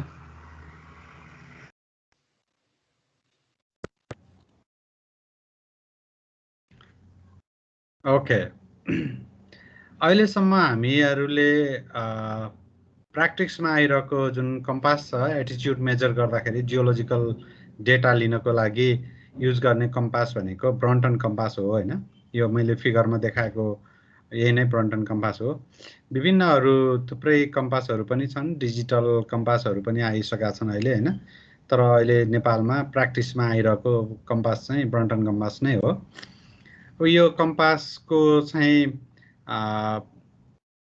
माथिपट्टि डायल छ जसले चाहिँ स्ट्राइक मेजर गर्छ। डिप डिरेक्सन र स्ट्राइक मेजर गर्नलाई माथिपट्टिको यहाँ डायलमा क्यालिब्रेसन गरिएको छ। त्यो 0 देखि 360 सम्म क्यालिब्रेसन गरिएको छ हैन। अब यो चाहिँ निडल भयो। यो निडलको यो कुनैमा चाहिँ रेड निडलले चाहिँ नर्थतिर इन्डिकेट गरेको हुन्छ, कुनै कुनैमा चाइनिजमा चाहिँ रेडले चाहिँ साउथतिर इन्डिकेट गरेको देखाउँछ है। चाइनिज र जापानिज कम्पासमा त्यति फरक छ, नत्र एउटै हो सबै कुरा। अब यसमा चाहिँ सर्कुलर सिलिन्डर र अर्को सिलिन्डर सर्कुलर बबल र सिलिन्डर बबल दुईटा छन्। यसमा सर्कुलर बबल र सिलिन्डर बबल दुईटैलाई हामीले सेन्टर पोइन्टमा हामीले ल्याउन सक्यौं भने यो कम्पास चाहिँ एकदमै होरिजेन्टल पोजिसनमा छ भन्ने कुरा हामीले थाहा पाउन सक्छौं। अब यो बाहिरपट्टिको डायल र डायल हेर्दै यो दुईटा बबललाई सेन्टरमा ल्याइसके पछाडि यो निडल चाहिँ फ्रीली मुभ हुन्छ भन्ने एजम्पसन हो, हुन्छ पनि। यसरी फ्रीली मुभ भइसके पछाडि यसले नर्थ र साउथ इन्डिकेट गर्छ र त्यति बेला चाहिँ हामीले नर्थमा इन्डिकेट गरेको जुन पोइन्ट डेटा कति छ त्यो चाहिँ हामी मेजर गर्छौं। जस्तै अघि हामीले 20 डिग्री भन्यौं, नर्थ 20 डिग्री, नर्थबाट 20 डिग्री इस्टतिर भन्यौं नि हैन। त्यो भनेको चाहिँ यसले चाहिँ 20 डिग्री सिधै हामीले यहाँ 20 डिग्री कति दिएको छ त्यो नै हामीले मेजर गर्ने हो। त्यसरी क्यालिब्रेसन गरिएको हुन्छ यहाँ हैन। यसले जति इन्डिकेट गरेको छ त्यति नै टिप्ने हो कपीमा हामीले। र यसको भित्रपट्टिको चाहिँ अर्को छ, भित्रपट्टिको डायलमा चाहिँ 0 देखि 90 डिग्रीसम्म दिएको हुन्छ। 0 देखि 90 सम्मको क्यालिब्रेसन गरेको हुन्छ भित्रपट्टिको डायलमा। यसले चाहिँ डिप एमाउन्ट मेजर गर्छ।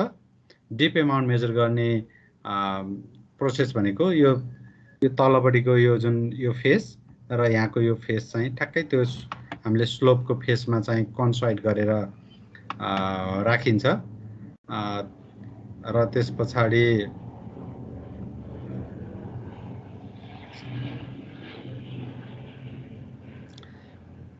कन्साइड गरेर राखिन्छ। अनि त्यो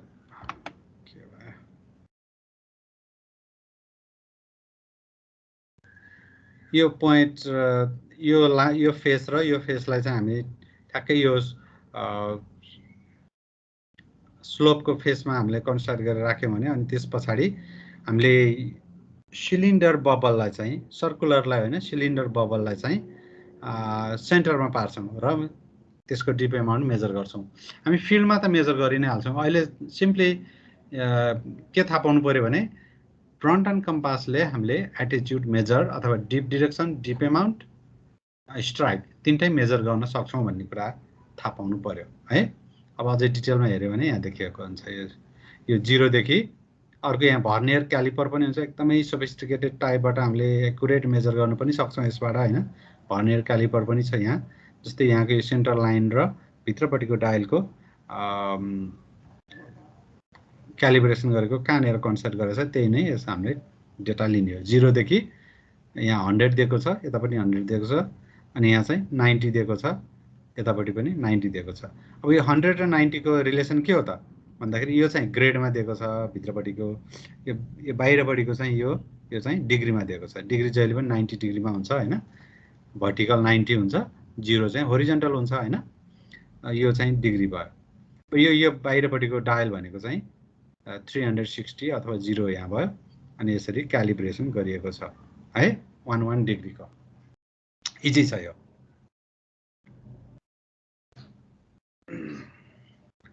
यो चाहिँ हामीले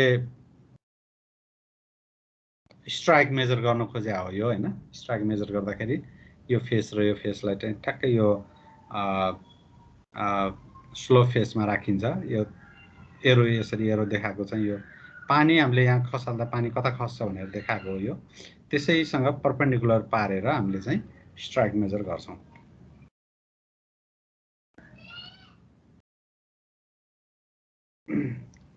जस्तै यो पानी खसायो नि यहाँबाट हैन, पानी खसाएर पानी यतातिर गइरहेछ भनेपछि यही डिरेक्सनसँग प्यारलल भएर हामीले चाहिँ सर्टेन लाइन तान्छौं र त्यो लाइनमै कन्साइड गरेर हामीले यिनीहरुलाई त्यहाँ राख्छौं। त्यसरी राख्छौं। त्यो नै यसको चाहिँ dip amount, true dip amount measure गर्ने प्रोसेस हो यो।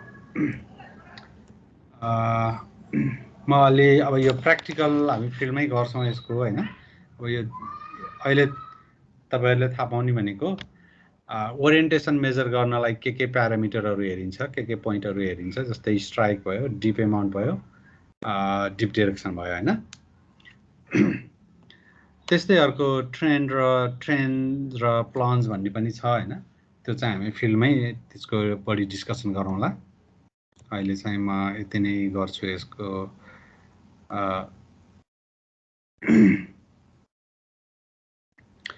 अब यो नोटेसन हामीले डेटा लिँदाखेरि जस्तै साउथ 10 डिग्री ईस्ट अब्लिक यो चाहिँ स्ट्राइक भयो हैन।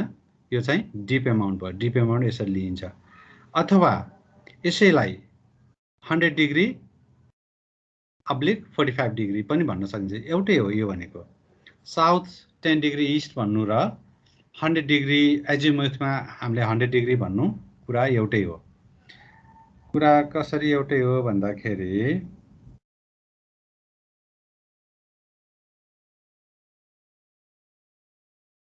जस्तै यसमा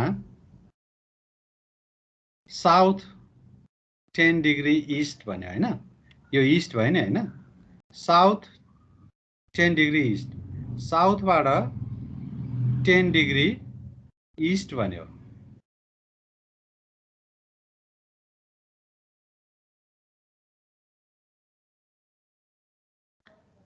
साउथ 10 डिग्री ईस्ट त्यसको स्ट्राइक भयो हैन। साउथ 10 डिग्री ईस्ट भनेको कति हुने भयो? साउथ भनेको 180 भयो, 10 डिग्री भनेको 170 भयो हैन। भनेको यसको स्ट्राइक चाहिँ यहाँबाट यसरी आउने रहेछ।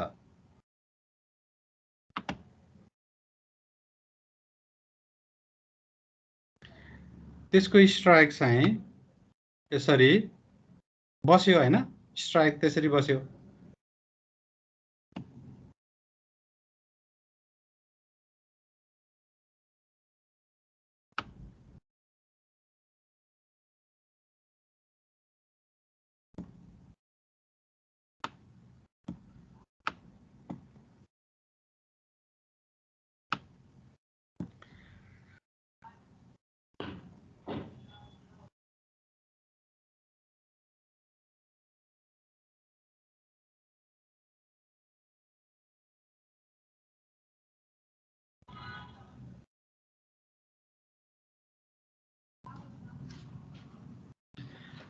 अब यो चाहिँ स्ट्राइक भयो।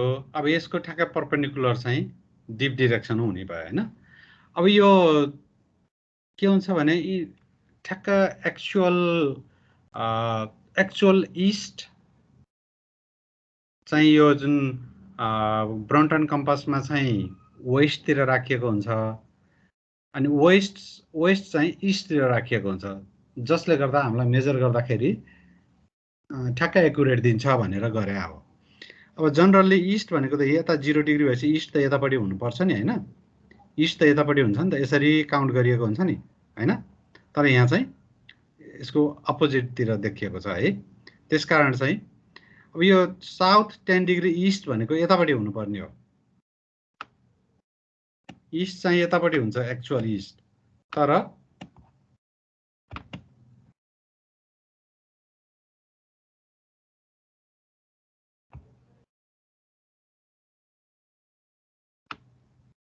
एक्चुअली इस्ट यतापट्टि भयो हैन। अब साउथ 10 डिग्री इस्ट भनेपछि साउथबाट 10 डिग्री इस्ट जानु पर्यो भनेको चाहिँ यहाँबाट यसरी गयो। अब यसको डिप डाइरेक्सन कता हो त? यसको dip direction south east, south west. यसको डिप डाइरेक्सन सरी इरेज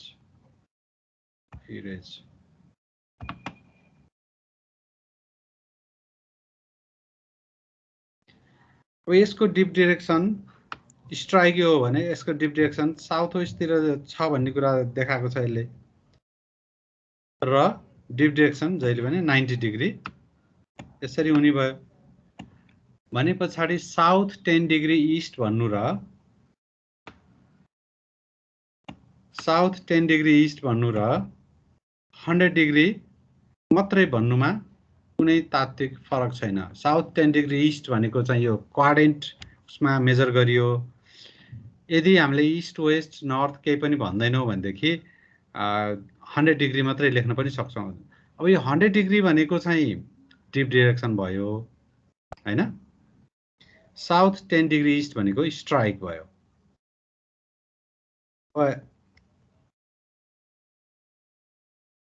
यसमा हेर्दाखेरि the bed dipping 45 degree towards south 10 degree east भन्यो नि हैन। यो भन्नु र 100 डिग्री अब्लिक 45 भन्नु कुरा एउटै हो। यो चाहिँ स्ट्राइक भयो। अब तपाईहरु कन्फ्युज हुनु भने यो त स्ट्राइक हो, यो चाहिँ डिप डाइरेक्सन हो। हामी फिल्डमा पनि अब धेरै प्र्याक्टिस गर्छौं, धेरै आत्तिनु पर्दैन हैन। अब यो भन्दा माथिको विभिन्न नोटेसन हामीले दिइन्छ हैन। जस्तै north 34 degree west 45 degree south west भन्यो। यो भने के हो त? यो चाहिँ स्ट्राइक हो। नर्थ 34 डिग्री वेस्ट, नर्थबाट 34 डिग्री वेस्ट जानु पर्यो भनेको। अनि यसको डिप डाइरेक्सन कता हुन्छ त? साउथ वेस्ट हुन्छ भन्यो कि चाहिँ नर्थ वेस्ट। यो आइसके पछाडि यो नर्थ वेस्ट आइसके पछाडि यसको डिप डाइरेक्सन चाहिँ कता हुन्छ भन्ने कुराहरु हामी कम्पासमा हेरेर पनि भन्न सक्छौं। नर्थ वेस्ट छ हैन, नर्थ वेस्ट छ।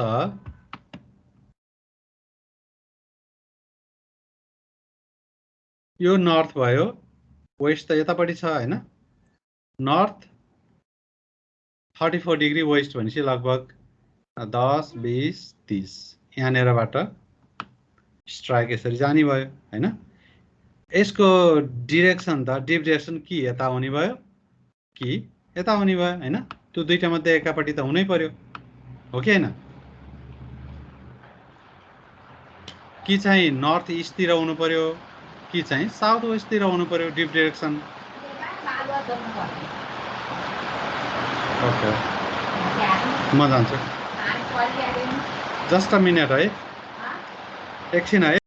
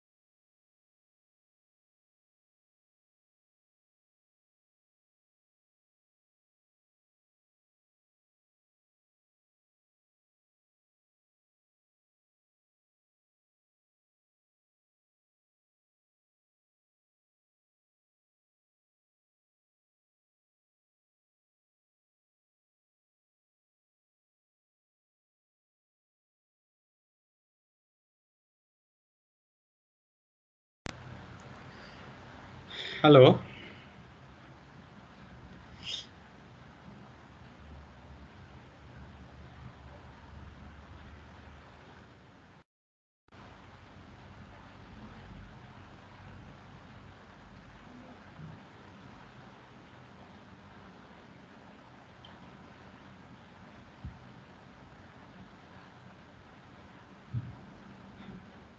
अब हामीले के बुझ्नु पर्यो भने यो विभिन्न नोटेसनहरू हुन्छन् हैन ती नोटेसन चाहिँ विभिन्न तरिकाबाट हामीले दिन सक्छौं अब यो स्ट्राइक डिप र डिप डाइरेक्सन नोटेट गर्ने भनेको north 34 degree west 45 degree south west लेख्न पनि सकिन्छ यसैलाई चाहिँ नर्थ 34 डिग्री वेस्ट यो भइसके पछाडी 45 डिग्री नर्थ इस्ट पनि हुन सक्छ कतापटि फर्केको छ भन्ने कुरा त्यस्तै यसैलाई चाहिँ हामी 326 डिग्री 45 डिग्री मात्रै पनि भन्न सक्छौं है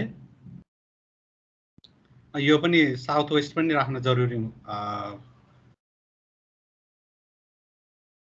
साउथ वेस्ट राख्यो भने यसले स्ट्राइकको काम गर्छ साउथ वेस्ट राख्यो भने स्ट्राइकको काम गर्छ हैन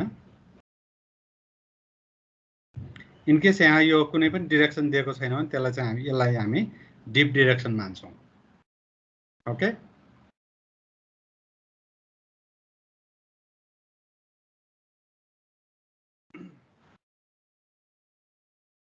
अब विभिन्न स्याम्पलहरू छन् अब होरिजेन्टल बेड छ भने हामी यसलाई चाहिँ सर्कल दिएर प्लस गर्छौं हैन प्लसमा सर्कल गर्छौं त्यो चाहिँ होरिजेन्टल बेड हो भन्ने कुरा थाहा पाउँछौं इन्क्लाइन बेड छ भने चाहिँ टी जस्तो बनाएर जस्तो टी यो अलि लामो यो तल चाहिँ लगभग टी जस्तै हुन्छ यो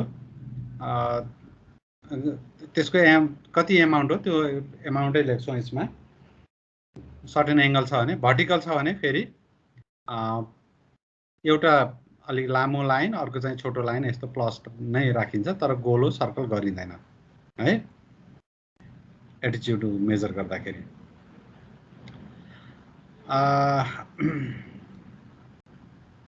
यसमा त केही छैन हैन अब strike and dip of geological map geological map हामी कसरी ड्र गर्ने भन्ने कुरा अथवा जियोलोजिकल म्यापै हेरेर हामी डिस्कसन गरौँला हैन जियोलोजिकल म्यापमा यसरी अब यो चाहिँ जनरली लाइमस्टोनमा यस्तो खालको नोटेसन गरिन्छ ब्रिक टाइप राखेर अनि सेल मडस्टोनहरुमा चाहिँ यस्तो खालको राखिन्छ र यसरी कतापटि इन्क्लाइन छ भनेर जियोलोजिकल म्यापमा यस्तो खालको यो इन्क्लिनेसन नै राखिएको हुन्छ अनि जस्तै कहिलेकाहीँ फल्टहरु पनि हुन सक्छ हैन फल्ट छ भने पनि हामीले एफ यतापटि एफ गरेर हामीले त्यसलाई चाहिँ फल्टको नोटेसन दिन्छौं अब सिम्पल कुनै पनि आउटक्रप छ भने अब म अब यसलाई चाहिँ अलिकति कन्क्लुजनतिर गएँ यो एउटा आउटक्रप छ आउटक्रपमा चाहिँ हामीले पानी बगाउँदाखेरि पानी कता बग्छ पानी जता बग्छ त्यो म्याक्सिमम इन्क्लिनेसन नै त्यसको डिप डाइरेक्सन हुन्छ हैन अब ट्रु डिप र एपरेन्ट डिप भन्ने हुन्छ अब हामी यो डिटेलमा नजाउँ अहिले हैन ट्रु डिप भनेको पानी बगाउँदाखेरि जता पानी बग्छ त्यो स्लोपमा त्यो नै म्याक्सिमम इन्क्लिनेसन हो त्यो नै ट्रु डिप हुन सक्छ हुन्छ त्यसको परपेन्डिकुलरमा चाहिँ स्ट्राइक हुन्छ हैन यो चाहिँ स्ट्राइक भयो और यो होरिजेन्टल लाइन भयो होरिजेन्टल प्लेन र यसको बिचको एंगल चाहिँ डिप एंगल भयो यही कुरा हो हामीले थाहा पाउनु पर्ने ओरिएन्टेसन हामीले डेटा लिने भनेको यही कुरा नै हुन् आउटक्रपबाट यही कुराहरु हामीले थाहा पायौं भने पछि म्यापमा पनि हामीले यसलाई इनलोड गर्न सक्छौं है त अब एकदमै कहिलेकाहीँ एकदम भर्टिकल क्लिप पनि हुन सक्छ यस्तोमा चाहिँ पनि हामी डेटा लिन पर्ने हुन सक्छ हैन कुनै चाहिँ होरिजेन्टलमा यसरी डेटा लिन्छ अब कहिलेकाहीँ के हुन्छ भने यो माथिपट्टि हामीले लिन नसक्ने अवस्था हुन सक्छ त्यस्तो अवस्थामा चाहिँ हामी यो तलपट्टिबाट पनि हामीले डेटा लिन सक्छौं तलबाट लिँदाखेरि कसरी लिने भन्ने कुराहरु हामी फिल्डमै सिकाउँला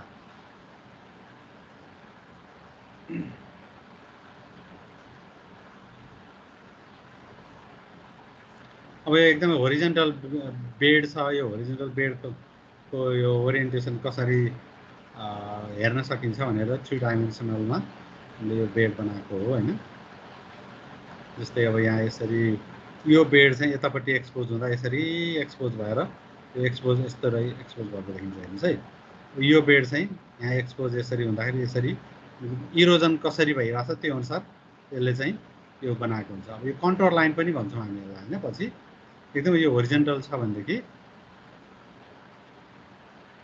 होरिजेन्टल लाइनलाई नै हामी कन्ट्रोल लाइन पनि भन्न सक्छौँ।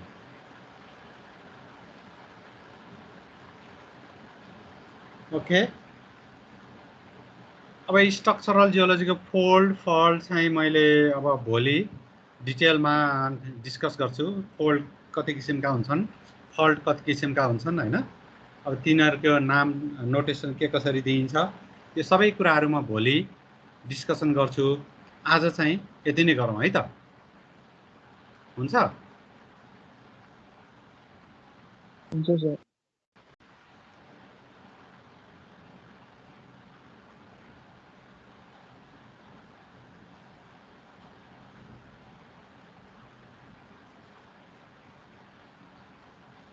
केही छ क्वेसनहरू छ भने सोधौँ।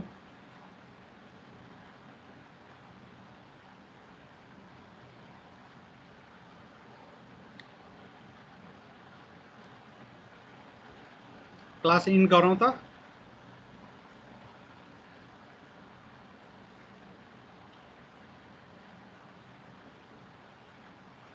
ल मैले क्लास इन गरेँ है त, क्वेसन केही छैन भनेदेखि।